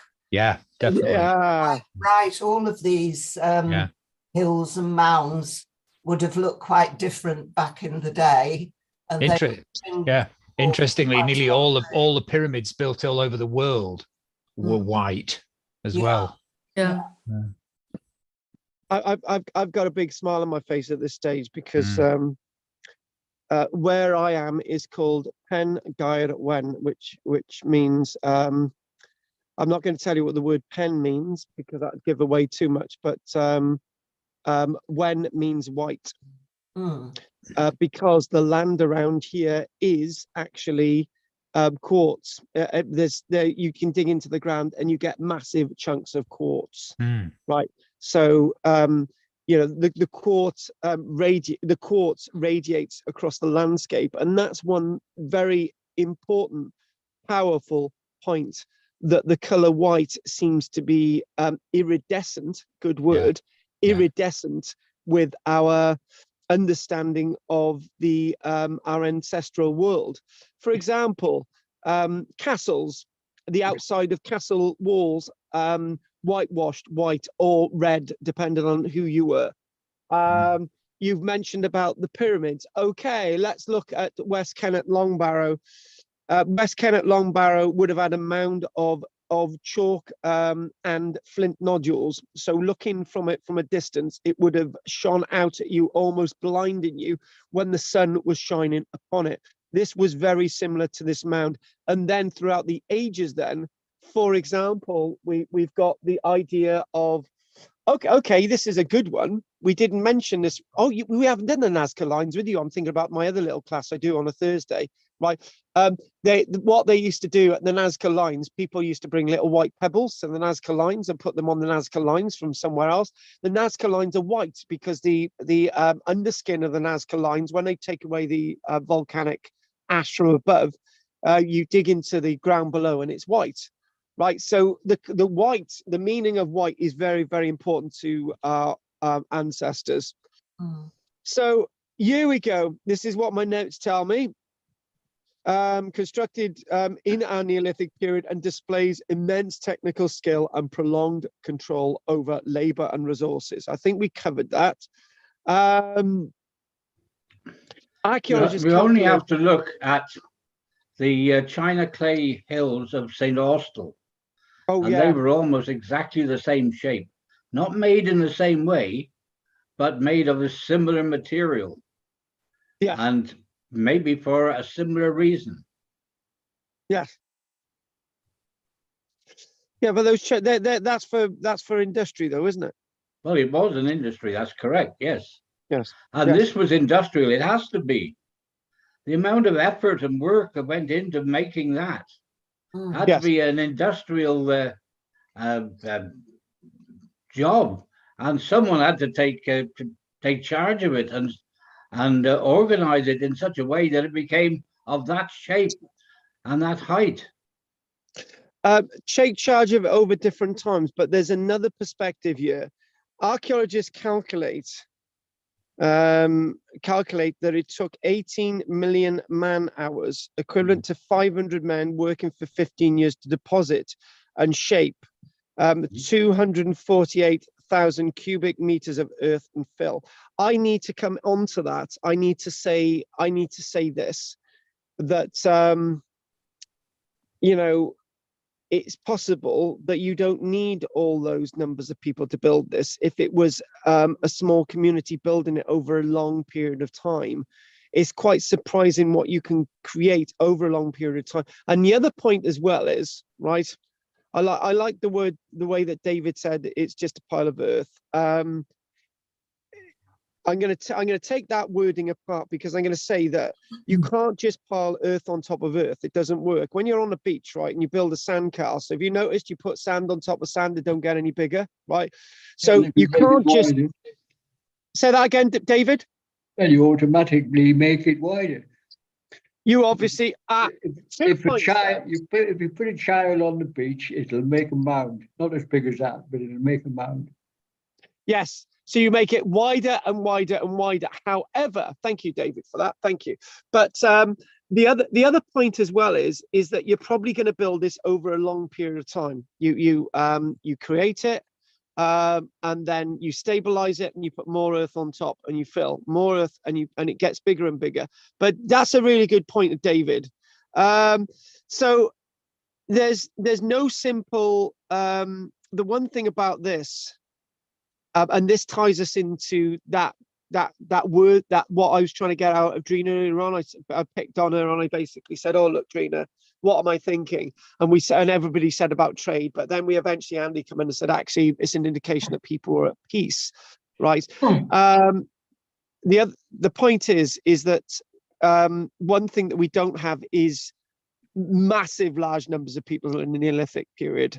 We have numbers of people in the Neolithic period, right? But we've got thousands of people spread over Britain over a large area.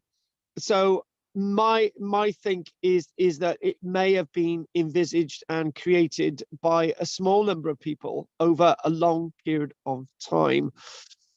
So the base of the hill is circular and 167 meters in diameter, which is quite chunky. It makes my little building that I'm building, which is 6 meters in diameter, look like nothing. But the summit is flat topped and 30 meters in diameter, right? So flat topped for various different reasons. You know, this, when we look at the pyramids in ancient Egypt, you know, the original sort of limestone sort of apex has long since gone on lots of them, and you know, these things eventually flatten out, but that's something different. A small so again, what I want to do is come back to this next week, and the archaeological excavations of this are more fascinating than the descriptions that we're actually getting at, right? So what I want to do is I want to change the image here, right? I can be very careful of time. This is the problem. You said it was quartz crystals, most of it. Oh, what? You said the whiteness was from quartz crystals. Chalk. No, chalk, not quartz, chalk crystals. Yeah. Chalk crystals. Chalk. Yeah, chalk, not quartz, Well, chalk. crystals. Quartz was where he is. No, that's where I am. Silver. Yeah, that's what I said. Chalk. Right. Yeah, sorry, Pete. Right. We were having a little bit of a discussion. Where I am, it's quartz, and there is chalk. Sorry, Pete. Okay. Yeah, thanks for that, Andy. You saved me there, Andy. That's I think we've done pretty well against Pete today. Pete's my striker. I bought him in. Right, anyway. So right, okay, right. What we need is stop. You're throwing me, you guys. You're doing my editing. Right, okay. Right. So what we need to go there, and we need to go back. And there was a little bit of a plan. Oh God. Oh, we don't want that again. Have you guessed what it is yet? Do. Right. Okay. Here we go. So we'll do a lot more detail with this next week, right? And note that there's no trees around, but you know, So basically, we're talking about the first clear evidence of construction. As I say, dates to sort of the end of this sort of Neolithic period. There are indications that the top originally had a rounded profile, but this is flattened out over time. And this is sorry, I've just thrown myself a bit. So we could go back to that a minute. So the flat top, as I said earlier on, it was probably some kind of an apex, but it's believed that it probably by about the 1100s, they decided to flatten it out a little bit, even though there may have been something in the Roman period there, and it may have been used for defensive purpose, but we don't know. Anyway, going back to that image there, again, don't want to give too much away, but what a beautiful morning. Right, there you go. So the first clear evidence of construction consisted of a gravel core. Basically, there was a curb of stakes around the outside to try and keep the material into one area. Alternate layers of chalk, rubble, and earth were placed on top of this. And again, more of this next week. The second phase involved heaping further chalk on top of the core. So it's basically phasing, as we've said, using material excavated from a series of surrounding ditches. You can see the ditches coming in there. And the step surrounding the summit dates from this phase of construction, either as a precaution against slippage or as the remnants of a spiral path ascending from the base. All different ways of looking at this, used during construction to raise materials and later as a processional route. Just some ideas to put that in there. However, what I want to do is just basically think about some of these images, right? And then we'll just call it a day, right? Because I didn't want to go on too late today. But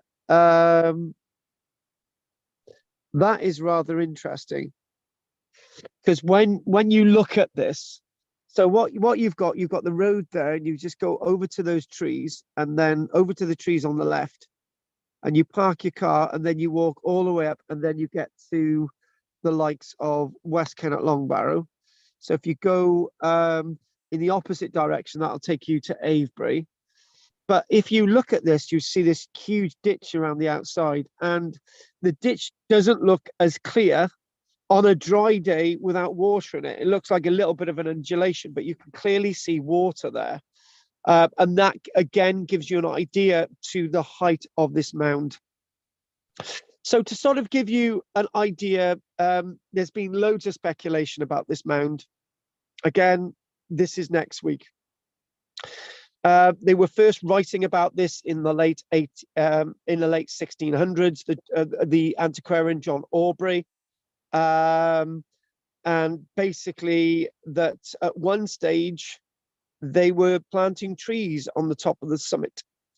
And here we go, a group of Cornish miners were overseen by the Duke of Northumberland in 1776. What did they find? Excavations continued, and now today we're saying, right, stop on the excavations, but they've been doing seismic surveys and so on. And what's happened as well, interestingly enough, is that what they have done is that they've started looking at the landscape around Silbury Hill, right?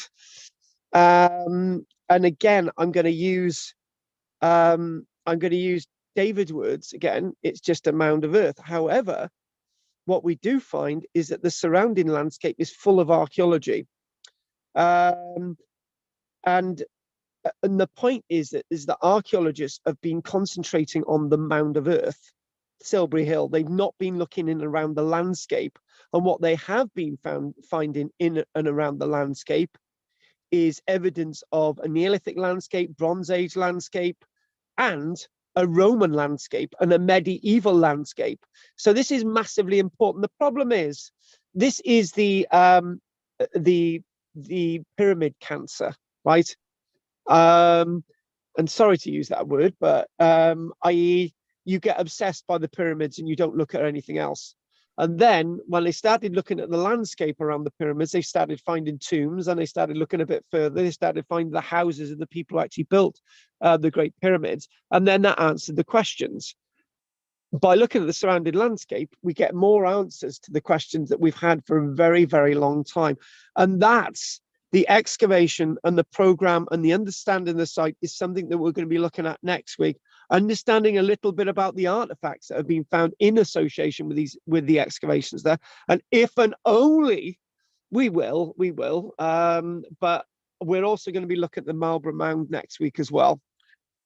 So what I'm going to do now is I'm going to get. Oh, hang on a minute. Oh God, I just saw it. No, please. I just saw an image then that showed the oh God, I just passed it. Hang on a minute. It just sort of showed. Hang on. You can see the steps on it. Oh God, where was it? Maybe you can see it a little bit there. You can see some of the stepping on it. 1, 2, 3. Yeah, so you can see that. And you can see some of the subsidence. The subsidence is being caused by the archaeology. And the point I'd like to make finally is that archaeology is destructive. And yay, have we destroyed that mound. We've changed it. We've stopped people going up there. And there's loads of holes everywhere. And then we don't know where all those holes are. People have dug into it like they've tried looking into the ancient pyramids in Egypt. And they've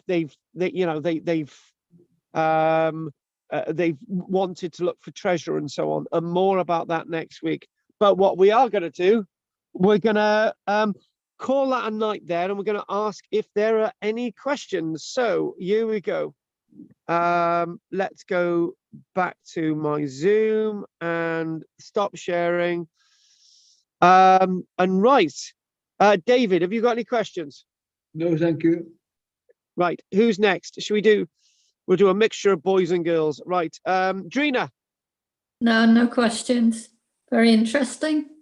Oh. It was. So some exciting stuff to look at next week. This is the thing. So what I want to do, Marlborough Mound that most people haven't heard of.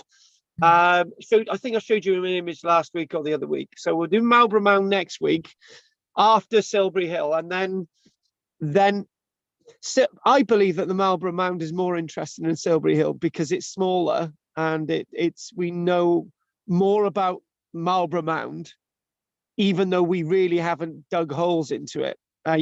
It's interesting. Andy. Yeah, it would be funny if the hill was just the spoil tip for all the other excavations and workings that they'd done around about, and we've ignored them all, wouldn't it? It isn't, but yeah. No, it isn't, but yeah. I know exactly what you're saying. Yeah. Actually, Andy's made a really, really important point because when I was an archaeologist excavating at Cosmester Medieval Village, right, back in the 1980s, it was all flat in a field. And then when they started digging, they started building there was a bigger and bigger mound. So there's this big mound on site now, right? And you'd be mistaken for thinking that's a burial mound, because there's a huge mound on site now, and you're just thinking, oh, what? And it's weirdly enough, it's full of artifacts because when they were excavating initially, they were using sort of manpower service scheme volunteers, and they weren't sieving stuff. And oh God, wouldn't I like to go through that mound? Medieval 1300 jugs, loads of evidence. Love to sieve it all. Right, okay. Right, have we done you, Matt? Andy? Yeah, I think so. Yeah, thank you. We'll mention any news from you, Anne? Oh, I can't be asked to speak to you today, Anne. What about you, Margaret? Go on. We haven't got any mounds up north, have we? They're all down in Wiltshire. We've got our own natural ones, what are called hills and mountains. Yeah. Not that we know of, but there are some very strange, round here, there's 4 or 5 very strange shaped ones that look like they're man-made. They make you think. Yeah. Actually, up north, I can't remember what it was. There was a castle, and everybody said, "Oh, the mound itself was actually built by the Normans," and they started looking into it, and it turned out to be very similar to Marlborough Mound, smaller, but again, a mound that was not built by the Normans. They just plonked a castle on top of it. So we know of at least 3. Neolithic Central seems to be Wiltshire, though, doesn't it? Oh, no, how dare you? I am going to rip you apart for that comment. It's obviously Orkney. It's the Nessa Brodgar on Orkney. That is Neolithic Central. Okay. Yeah. I eat my words. Yeah, they came down and built the rest. They did. Exactly. Yeah. And Kilmartin in Argyll. Look at all the cut marks and everything there, right? That's near you. Exactly. Wash your mouth out with soap. Carnac. Yes. Hang on a minute. That's not in. Carnac's not in Ironside, is it? No, it's been part of the UK for part of Great Britain for quite a long time, and then the French took it back. Mm. Oh, hey, I tell you, have you heard the latest that Ricky Sunak has said? Look, why didn't you have Jersey, right? And we could say goodbye to all the migrants, and that's what the deal is. That's what the deal is. It's your fault. Yeah, it probably. I wouldn't put it beyond him. Yeah. Yeah. I'm not asking anybody on Jersey their opinion. No, it's fine. Yeah. Right. So on that note, we've got one last person to ask, and it's Potacious Pete. What a wonderful word, potacious. Yeah, it is a bit. Yeah. What does it mean? I'm gonna look it up. You just made it up. Must be an insult of some sort. Well, we're gonna look it up now. Potacious. Pertains to or something. It'll be, won't it? Potacious. Potacious. Or potato-like. Potatoes? Shut up. Oh, Pete's not potato-like. No, he isn't. No, it's a word I've completely made up. Never mind. Well, you can make it what it means then, can't you? Exactly. Yeah, I could. It means Pete. It means like Pete. Yeah. Yeah. It means like Pete. Yeah, potato. Oh. To me, the amount of effort that was put in to build that mound, there must have been a really good reason for it. Absolutely. Mostly just people worked on that for a very good reason. Well, it could have been a Labour camp. Could have been a lot of bad people. Oh, they're a bit funny down there. Wiltshire. Ooh. Oh, they put all the Cornish and the people from Cymru down there. Exactly. Oh, The Druids danced around it. Naked. Pete, Pete, have you got any points you would like to raise with us today? No, it's all fine. And you know those Scottish souterrains will come along with everything else that we've got to do. Cranogs. What? Cranogs. Now, Maze How is very similar, isn't it? To what? Maze How, and we've been right into the middle of that one. Yes. Yeah, but hang on, Maze How is tiny compared with this, Pete. Well, it's relative, isn't it? Relative. It's not related. You said, if I can remember, Margaret said everything. It was the central of the world. Yeah, but you down see, there. when they came down from Orkney, they said, "Look, we built the trial model up in Orkney. We can build you a much bigger one down here." So there's the one over the bend. Who said they had a Yorkshire accent? He did that with a Yorkshire accent. Then. There was a hierarchy then, wasn't there?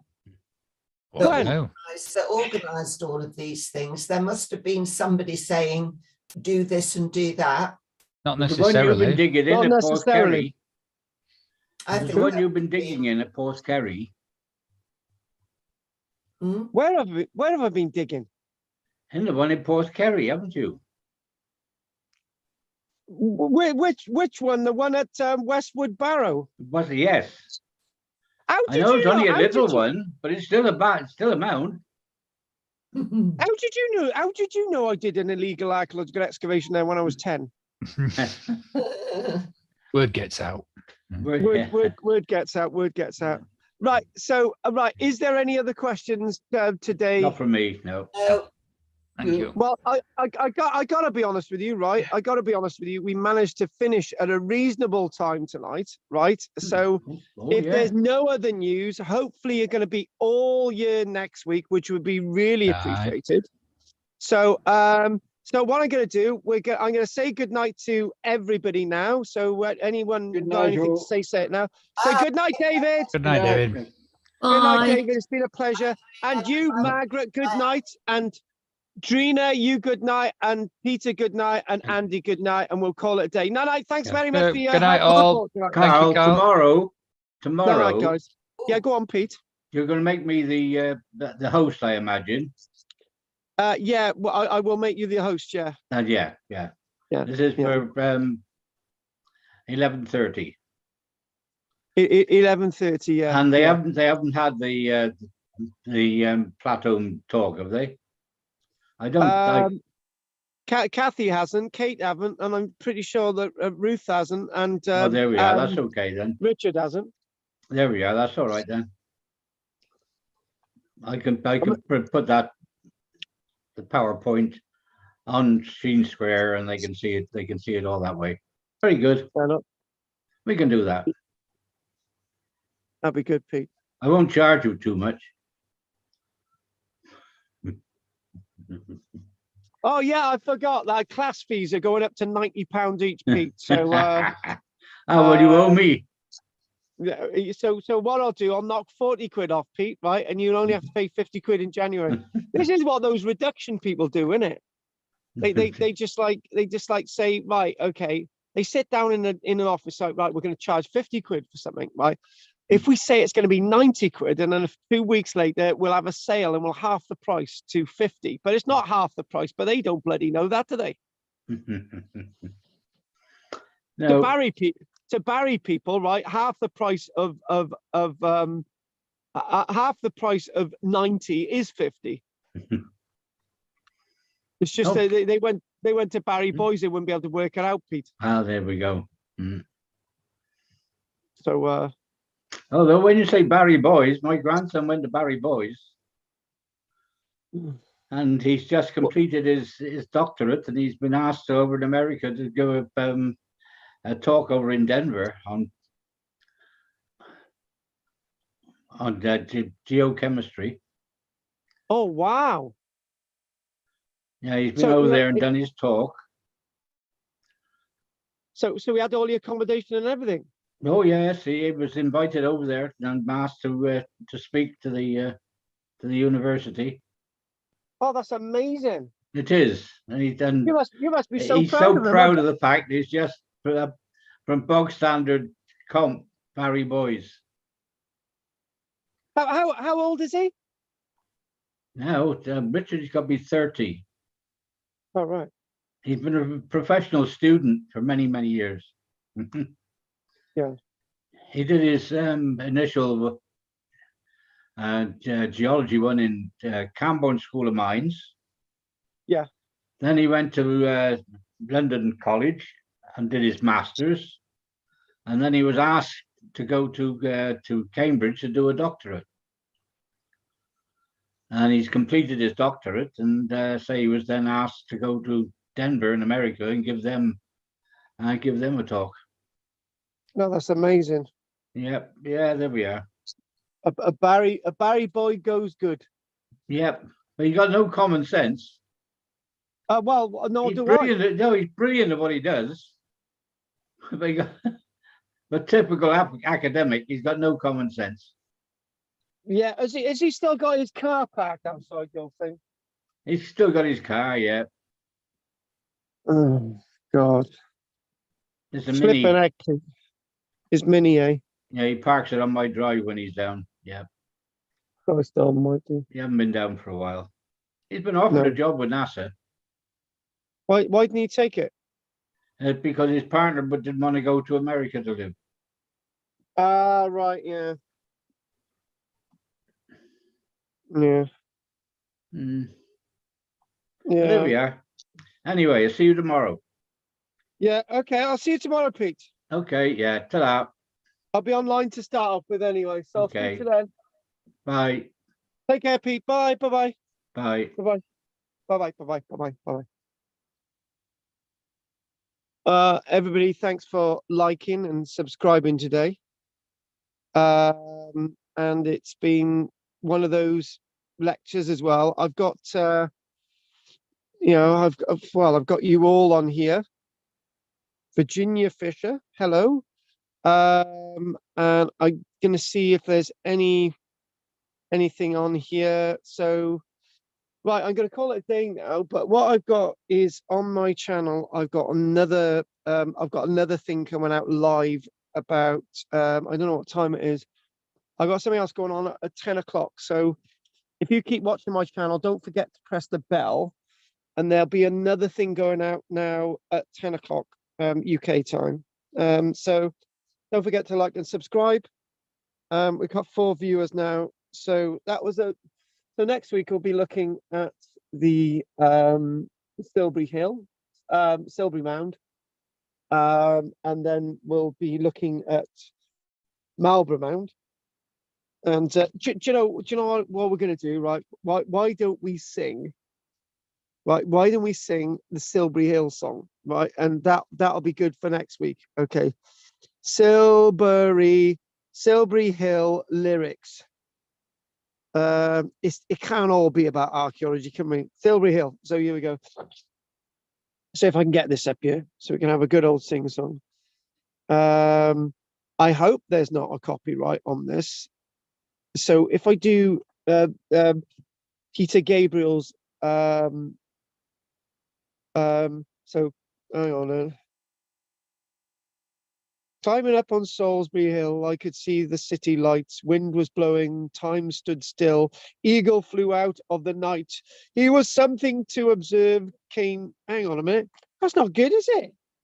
Oh, that's not going to be good. I can't remember how the beat of the song goes. Anyway, Silbury Hill. Anyway, and this Silbury Hill is Silbury. I think there's a slightly different spelling actually. Anyway, I'm jabbering on. Anyway, don't forget to like and subscribe. Pheasant Plucker, thank you. I know you like my work. Should we give this another Silbury Hill thing a ring? Let's just see if we can do the Silbury Hill sort of thing. To see if we can sort of la la la la no la la la la no, that's the other song, isn't it? I get my bloody lyrics mixed up. Silbury Hill lyrics. Right, here we go. Salisbury Hill. It's not Silbury Hill. Ah, right. The Peter Gabriel song Salisbury Hill, which is Solsbury. Peter Gabriel's song Salisbury Hill was based on Silbury Hill, because he went and come over here. He was so amazed by this huge mound that he wrote a song about it. But his song was Salisbury Hill, not Silbury Hill. So there you go. And I'm just gonna. What I'm gonna do is I'm gonna see if I can. This is not archaeology now, sod it. We'll just do. Bear with me a second.